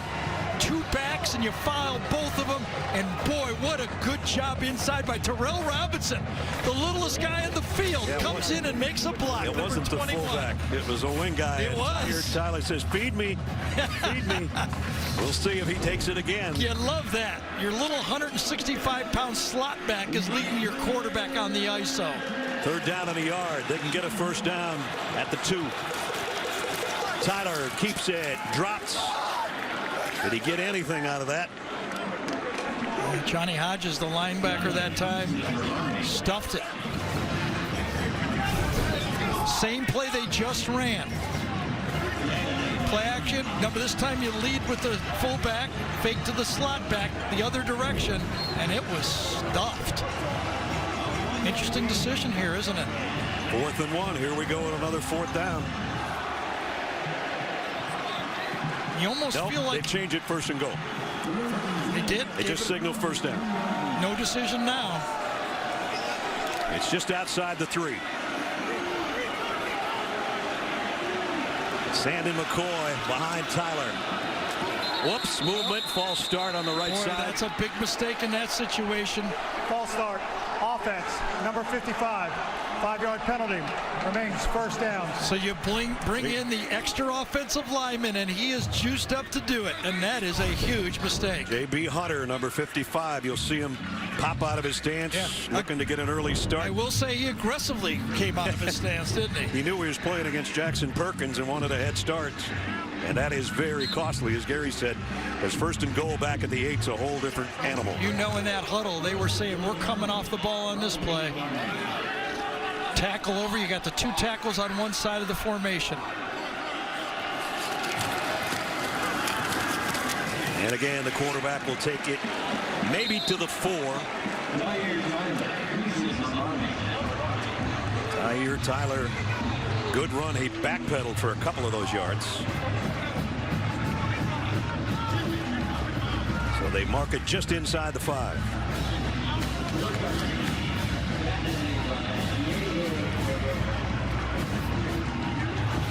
They bring in Cade Barnard, number 40. An extra blocker, 240-pounder, number 40 right there.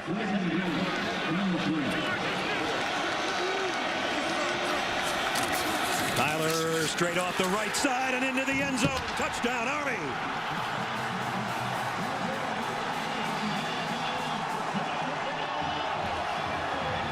Again, they shift over the left tackle to the right tackle, means you have 3 offensive linemen to the right side. Both of your tackles are to the right side. Right over there, there's your strength. And on the shotgun, that's where he goes, behind those 3 guys, leads out, and you actually pull the backside guard. You actually have 4 linemen to the right side because he followed Mike Johnson pulling around the corner, and that's the power they needed to get it in the end zone. AT&T Pilot Cam, as you see the touchdown, and now the extra point upcoming. Up and good. They didn't have to go far after the fumble recovery by Radigan. And remember, Navy had the fumble opportunity, tried to scoop and score. Army has the fumble opportunity. They make the play.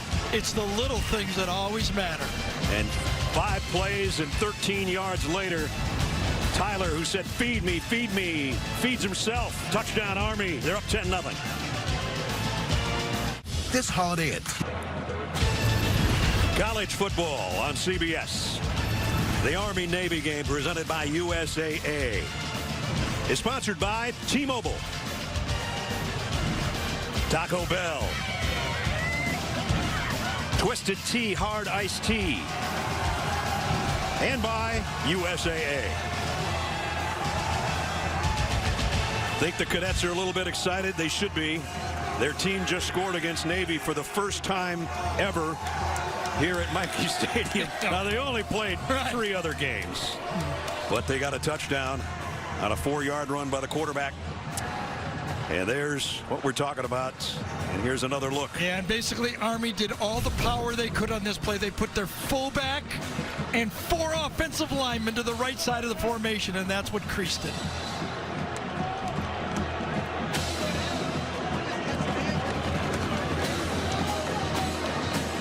Finally pay dirt for the Black Knights. 10-0 lead. Both those fumbles happened, within 10 yards of each other. Same side of the field, inside the, 35, 40-yard line right there. Just a little scoop. One team, I don't blame them trying to scoop and score. No, I don't either. That looked like a sure scoop and score. Salyer's kickoff. And fair catch called for at the goal line. Brad, Navy has run 33 plays in 3+ quarters. Now they have to score. They're 2 possessions behind. Right. Now they have to step it up. I even wonder if they think about maybe going Dalen Morris, their passing quarterback. He came in that second game of the year against Tulane and threw the ball around. Can they come back without throwing the ball? Yeah, you don't want 3 more punts than you have first downs in the game. Don't forget, later in the game, before we're done, the play of the game presented by Jersey Mike Subs. 25-yard line. And they come out with the guys they started with. Still going to be Xavier Arline. But now it's desperation time, as Gary said. They're 10 down, 11 to go. Yeah, you're playing the clock and Army right now, even though there's, 11 minutes to go. Yeah. They are going to try to throw on first down. No, they won't. Arline will take off and got about 5. I think the pass offense in this game is, Xavier, if the guy's not wide open, stay back there, look for a crease, just like Malcolm Perry did, and try to get some yardage. He's not going to get 300 yards like Perry did, but get us some positive yards, which he did. He had a 63-yarder earlier that ended up just short of the goal line, and that led to the Army goal line stand. Arline, bad snap. It's going to be picked up by Warren in the backfield. He'll just take a knee. Wait, that's just the 3rd different possession, whether it's been a penalty or this time it's a bad snap.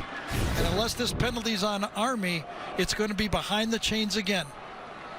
Lucky that Warren was at least there. They've made mistakes and cost them in their offense. Chop block, offense, number 67 and 62. That penalty will be declined. 3rd down. They'll decline the penalty because of the lost yardage. So the chop block, and that happens in these offenses with some regularity. It doesn't get called that often.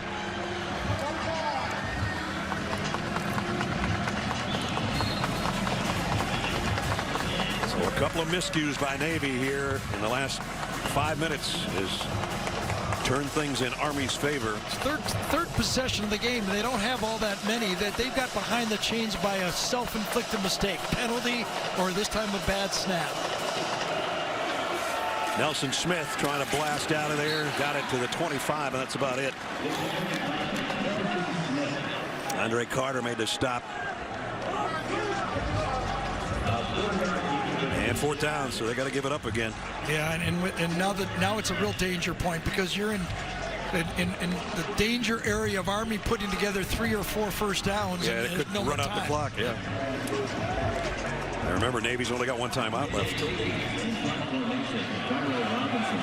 Daniel Davies to punt again. Army's not going to try to block this one. They got the return on. And dropped. Robinson got back on top of it, though, at about the 41-yard line. And we got a little pushing and shoving going on again. A little brotherly love out there. A little brotherly argument. There is a flag down.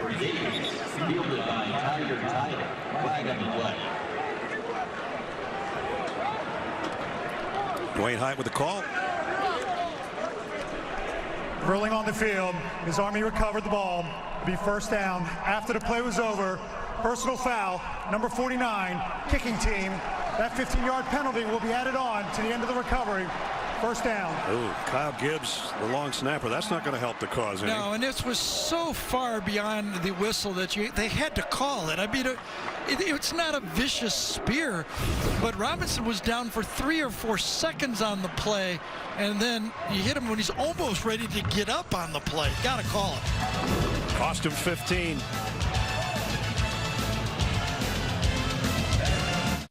We made USA. Tyre Tyler, Army's 4th starting quarterback this year, and here's what he's done today. Yeah, the only completed pass of the game, a great catch by Robinson on that play. But total offense now by the quarterback is over 100 yards with that 28-yard passing yardage. The big thing, what he's brought to the offense is carries. 21 rushes in the 85-yard range. They needed to find something where the quarterback gained yards, and he did. He carried it 35 times against Georgia Southern. This time he gives it off, and gives it off to A.J. Howard for a good gain. Jamie? Let's appreciate what Tyre Tyler has gone through to become the quarterback of this team. Started the season with a severe injury. Jeff Munkin told me that he burst a bursa sac in his knee. It swelled up so big they had to drain it a couple of times. It wasn't until late October he emerged as a quarterback. In those first couple games, actually, offensive coordinator Brent Davis was brought down on the field to make sure he communicated with the young quarterback early and often enough in that game. And, of course, Davis brought down on the field in the second half of this game.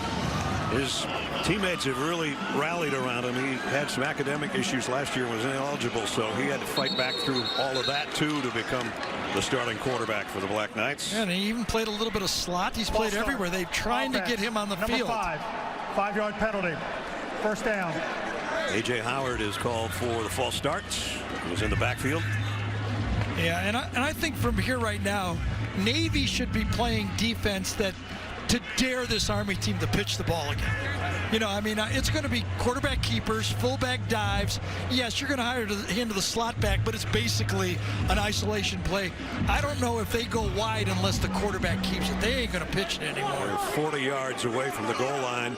Navy only has 1 timeout left, and there's only 8:23 to play. They just want to work clock, get some first downs, and straight up the right side with their quarterback again.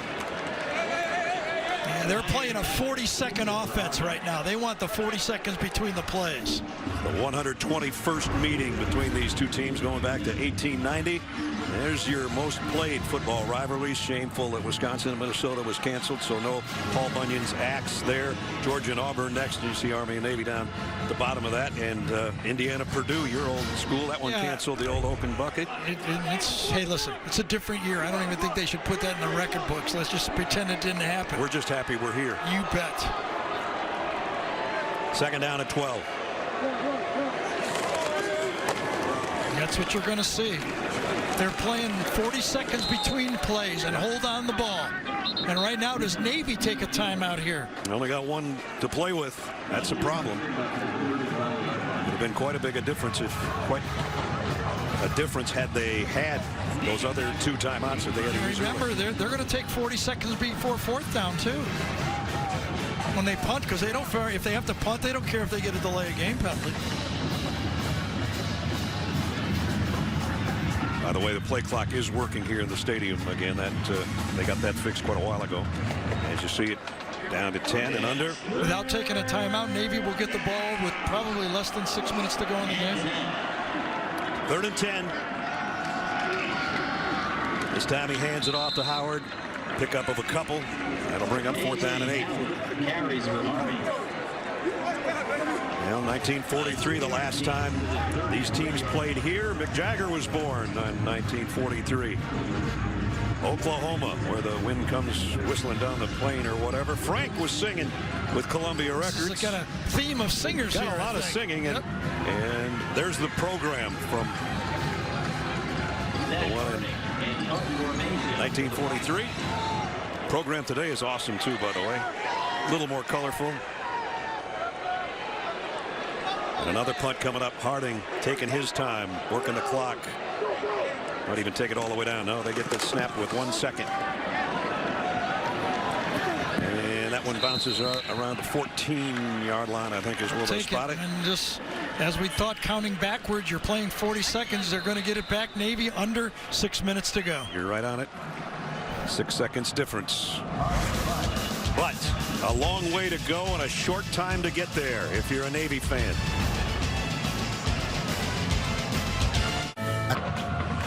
It's a final leg of the $1 million race around the world. Find out who wins the amazing race Wednesday at 8, 7 Central on CBS. We're down to the final leg and race for Navy if they can't get something going offensively as they trail 10-0 with just under 6 minutes remaining in the ball game. They're trying to keep an eye on to see if they would bring in Dalen Morris, their best passing quarterback, but they're going to stick exactly where they are. Last 4 drives, 10 plays, a yard, punts, and fumble. Not good. I think it's a passing game now. They need a big play, a big pass. Throw it up, see if something happens. Or see if our line can get a big run like he got earlier, but not this time. And again, Amadeo West and company make the stop. There's our guy, Peter Nestowitz, who went to the hospital and came back. And he has got a serious shiner, but it's good to see he's over there with his teammates on the sideline. Here's an end around, and now a flea flicker. And going the wrong way and dropped for a safety. Mark Walker, I don't know if he wanted to pass it or not, but he never got the chance. Marquel Broughton, number 20, is the guy that stayed home, did his job, and got it for an extra 2 points on the safety. You cannot blame Navy for trying something. You got to try it. Can't throw the ball. Find a way to make a big play. Army just made the bigger play each time. There he is. Number 20 stays with the play and makes the play.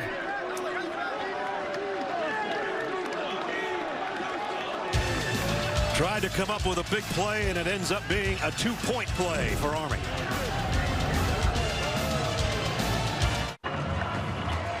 What's driving your health care costs too high? You'll want to hear what 60 Minutes found out tomorrow on CBS following our NFL coverage. McDonald there, the guy that made the play. Yeah, that's my mistake. I thought it was a 20. It was, and McDonald came up.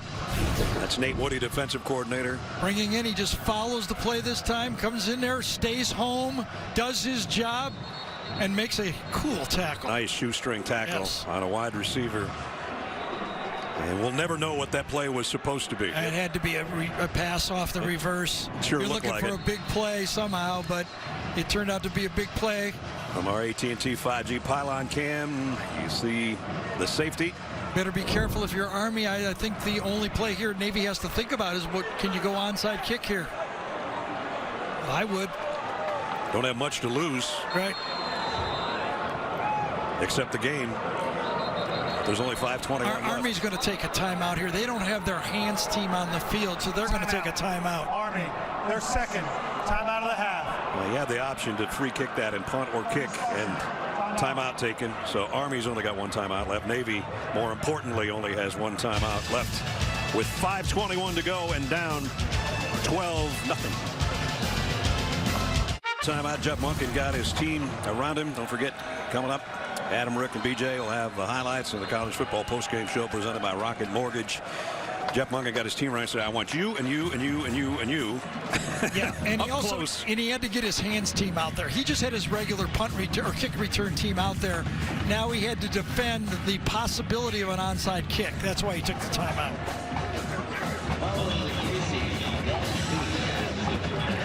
I think if you're down 12 with this amount of time left, only one timeout, you got to try an onside kick here.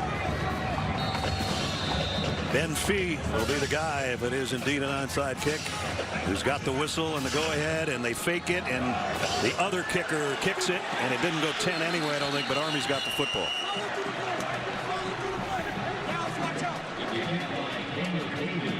Flag on the play. And a flag because I don't think here's a call. Didn't go 10 yards. Offside, kicking team, number 13. The ruling on the field is the ball was recovered by Army. The 5-yard penalty will be added on to the end of the recovery.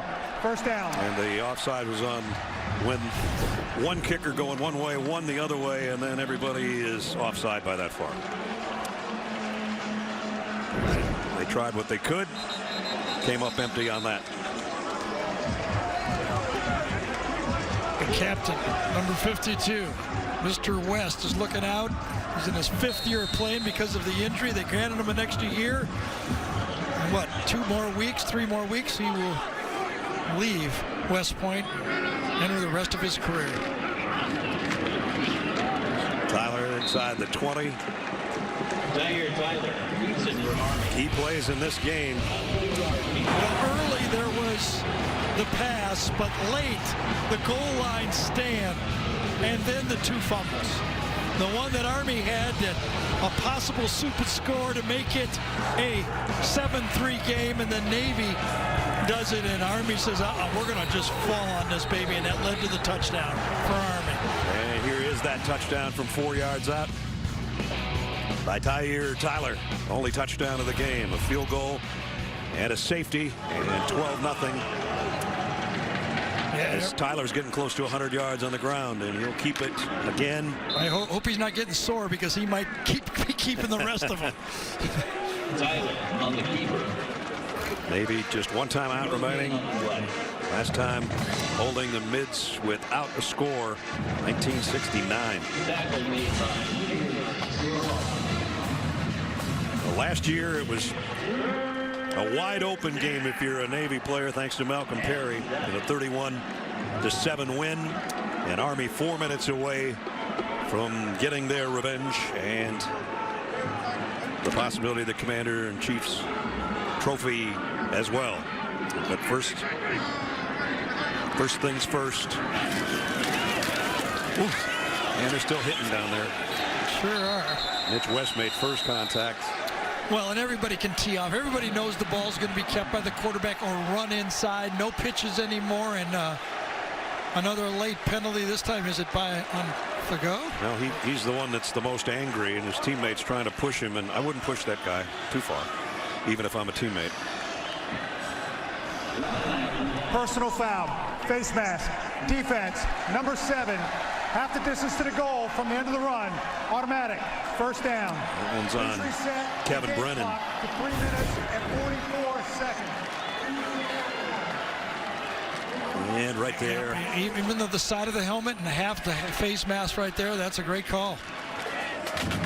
And Fagot had his own action going on away from the ball, like right there. He and Cade Bernard, number 40, have been meeting all day on isolation plays, and they had something to say to each other. Yeah, they had an isolation going on at the 10-yard line away from the play.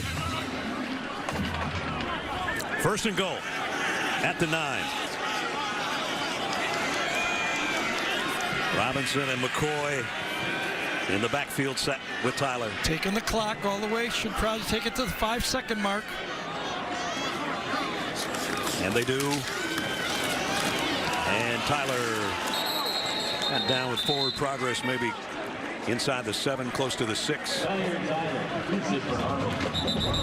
We talked about the Commander-in-Chief's trophy. It's on the line next week. They'll take on Air Force. And Jeff Monken, I asked him yesterday, did you ever have a game after Navy? He said they did one time way back, but he wasn't quite sure when it was. You know what stands out, if I got time to draw here? Only 3 road games, 8 home games with a schedule that had to be changed and rechanged and stuffed in teams. Only 3 times did this Army team go on the road. This is going to be their 9th straight win on their home field at Lake Field and Mikey Stadium. In the next 3 minutes, Navy has taken its final timeout. Let's check in with Jamie. Guys, I know you may seem tired because you've been straining your eyes through the fog, but let's talk about the 4,400 midshipmen that had to get up at 2 a.m. this morning in Annapolis to get on their fleet of buses to get here. They were all socially distanced, so we all saw the buses lined up outside our hotel. It was an impressive collection. They have stayed through this whole game. They're standing still. Well, they're about to get back on their buses. I think they're going to be a little heartbroken, unfortunately, but it's going to be another 5 hours. But they do go on leave tomorrow. Well, that's good news. Well, we keep talking about first time since 1943 when the game being played here, and there were travel restrictions at that time because of the war and all of that, and the Mids didn't get to bring anybody back in 43 due to that. The entire 1st Regiment of cadets here at Army had to learn Navy's cheers, and they also played Anchors Away, the band did, because there weren't any Mids here to cheer. So basically had some of the cadets cheering for the other team. Seems fair. Yeah, I don't think they probably liked that too much. I'd like to do a little shout out for Evan Fachman, number 11 for Navy a year ago. One of their best players. He opted out after 5 concussions in his career. He has to be a clear mind. And his future is to be a Navy pilot. Losing Navy did one of their best football players, but you don't hear that very often in the games we do. Yeah. That somebody is going to step away because of his health, because he wants to be a pilot someday. And because of health concerns that canceled so many football games this year, basketball games as well. And when we talked to the players from both teams, they said even if there was only one game to be played this year, it was going to be this one. And a bad snap, and right over Tyler's hands and head, and he covered it himself. That one came right into your living room from that angle. Did. I was thinking about trying to catch that. And it was so hard, too. I mean, that baby was coming back. That had juice on it. Whoa! What are we doing? We're going the wrong way.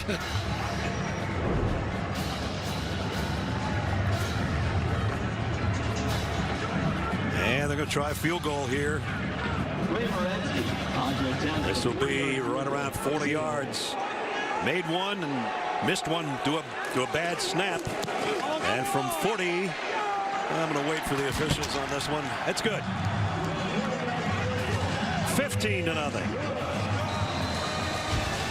Army en route to the win over Navy.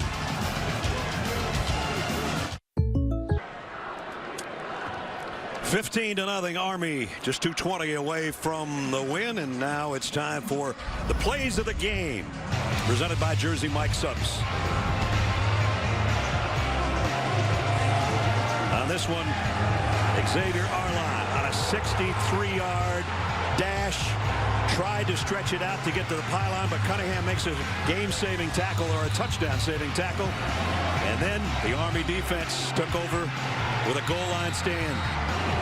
And they would not allow Navy into their end zone. And that turned the course of the game. And then there was a couple of fumbles, one that was covered by Radigan. That led to a touchdown by Tyler. The field goals. That really was a spectacular play by Cunningham, number 22. There were, on that play, Navy players running down the field signaling touchdown as the play was going on, and he reversed his field, turned around, and got him just before he got to the end zone.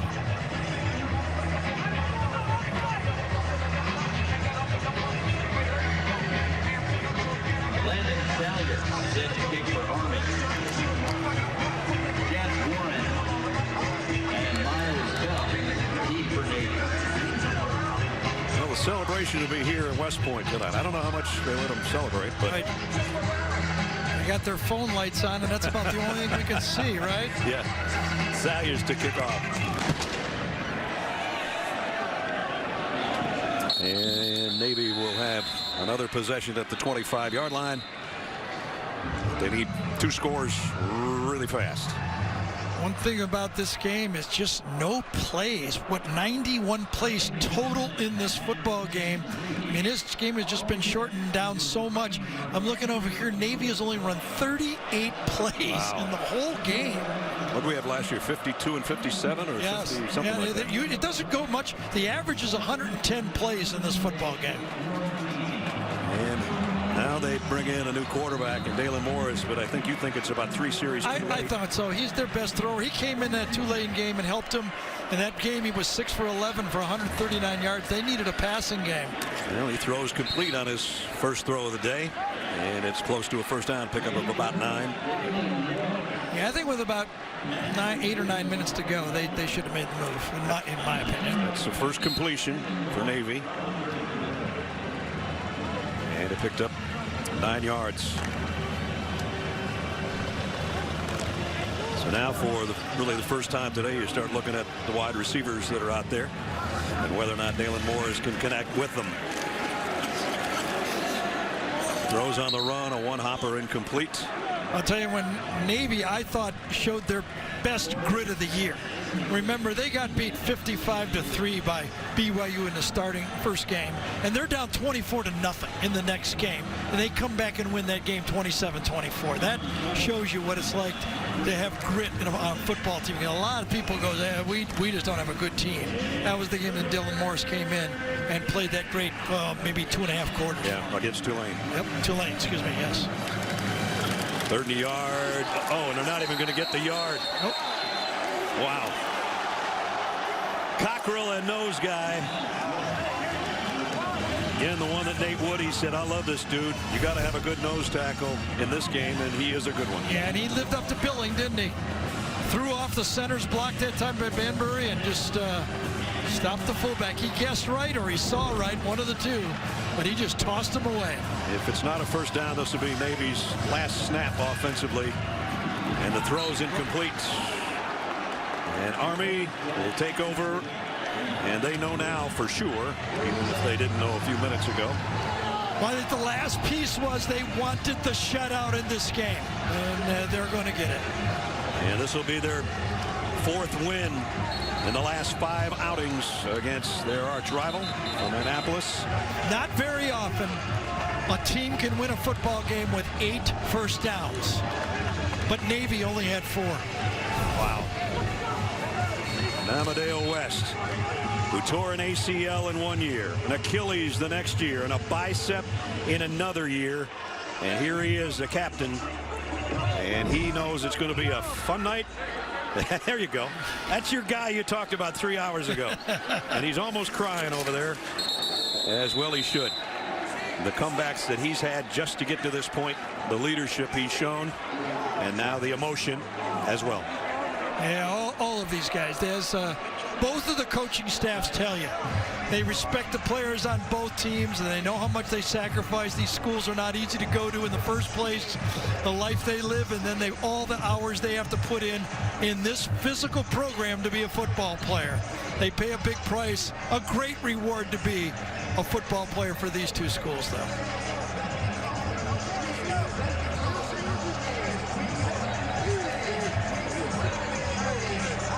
It'll only take another knee.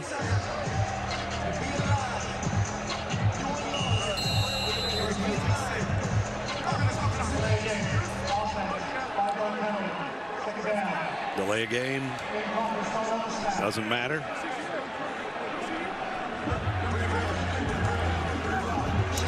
Tahir Tyler. First start of his career was their last game.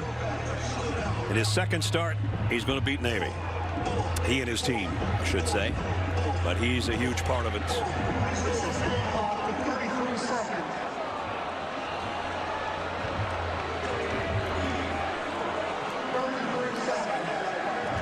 Got the game clock wrong right now. Have to wind it down there. They got it straight.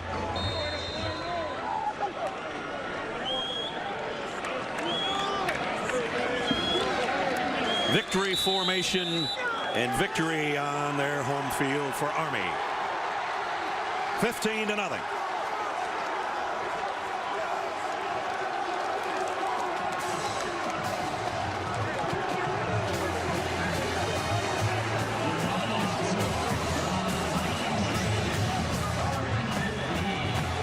Little scuffle going on, and that's not what we need right now. That's what 5 seconds. That's what I was trying to say. There's intensity about your home field right here. You can feel it. The Army did not want to see Navy on their home field celebrating. Is the chippiest of the games that I've done. And cooler heads have prevailed as the two quarterbacks who ran the show today.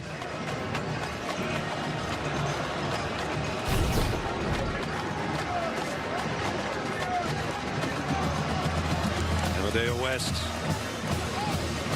and his teammates with the celebration. A 0. Held them to a 0. That's what they're saying. And the two coaches, longtime friends, with the hug at midfield. And the quarterback, one of the heroes today for the Wolfhounds, the Black Knights of Army. And as I said, brothers, except for 3 hours here in December. And that hug was Cody Worley, his quarterback coach, and he's had a long year training all the different quarterbacks. First-year quarterback coach for Army, and he's gone through a lot. So kind of a long walk for the midshipmen.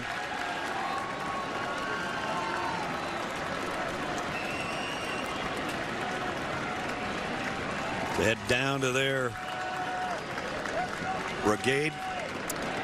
And they're singing of their alma mater. After a great season a year ago, so successful, this year's going to finish 3-7. The only thing that really could have saved this season for Navy was to win this football game today.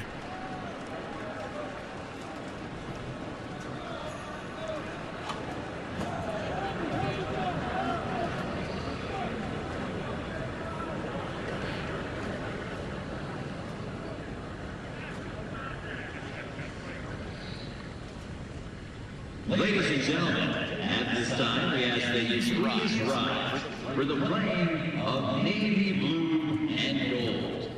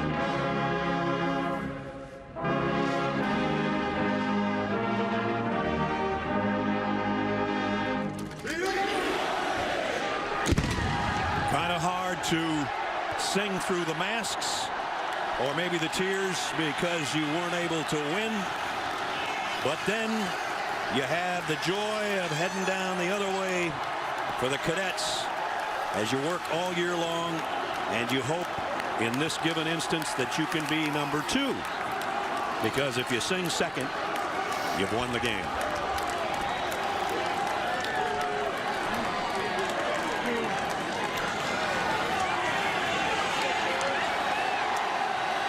And now the Army alma mater.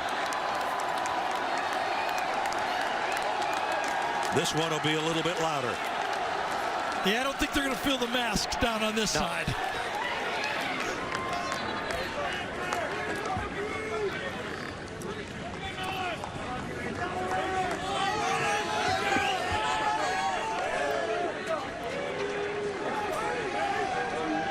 And now, please remain standing for the playing of the West Point alma mater.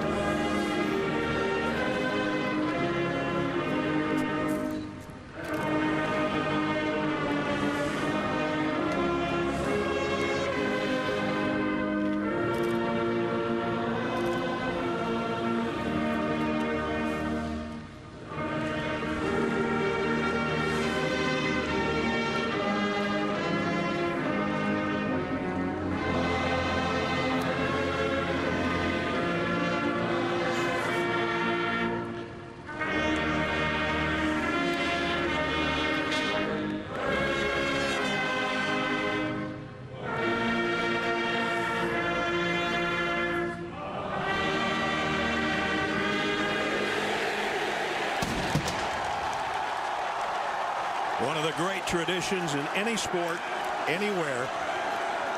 Singing second when you're victorious in Army-Navy. And in this case, Army gets their first win ever against Navy at Michie Stadium. There had only been 3 previous games. 2 of those were Navy shutouts. Today, it was Army's turn for the shutout. 15-0, the final score here this afternoon. Congratulations to the Black Knights, who go to 8-2 with a date with Air Force next week. We thank you for being with us. A very special Saturday here at West Point, New York. For Gary Danielson and Jamie Erdahl, our entire CBS crew, Brad Nessler saying so long. Final score, Army 15, Navy nothing. The college football postgame show presented by Rocket Mortgage is up next after these messages. So long from West Point.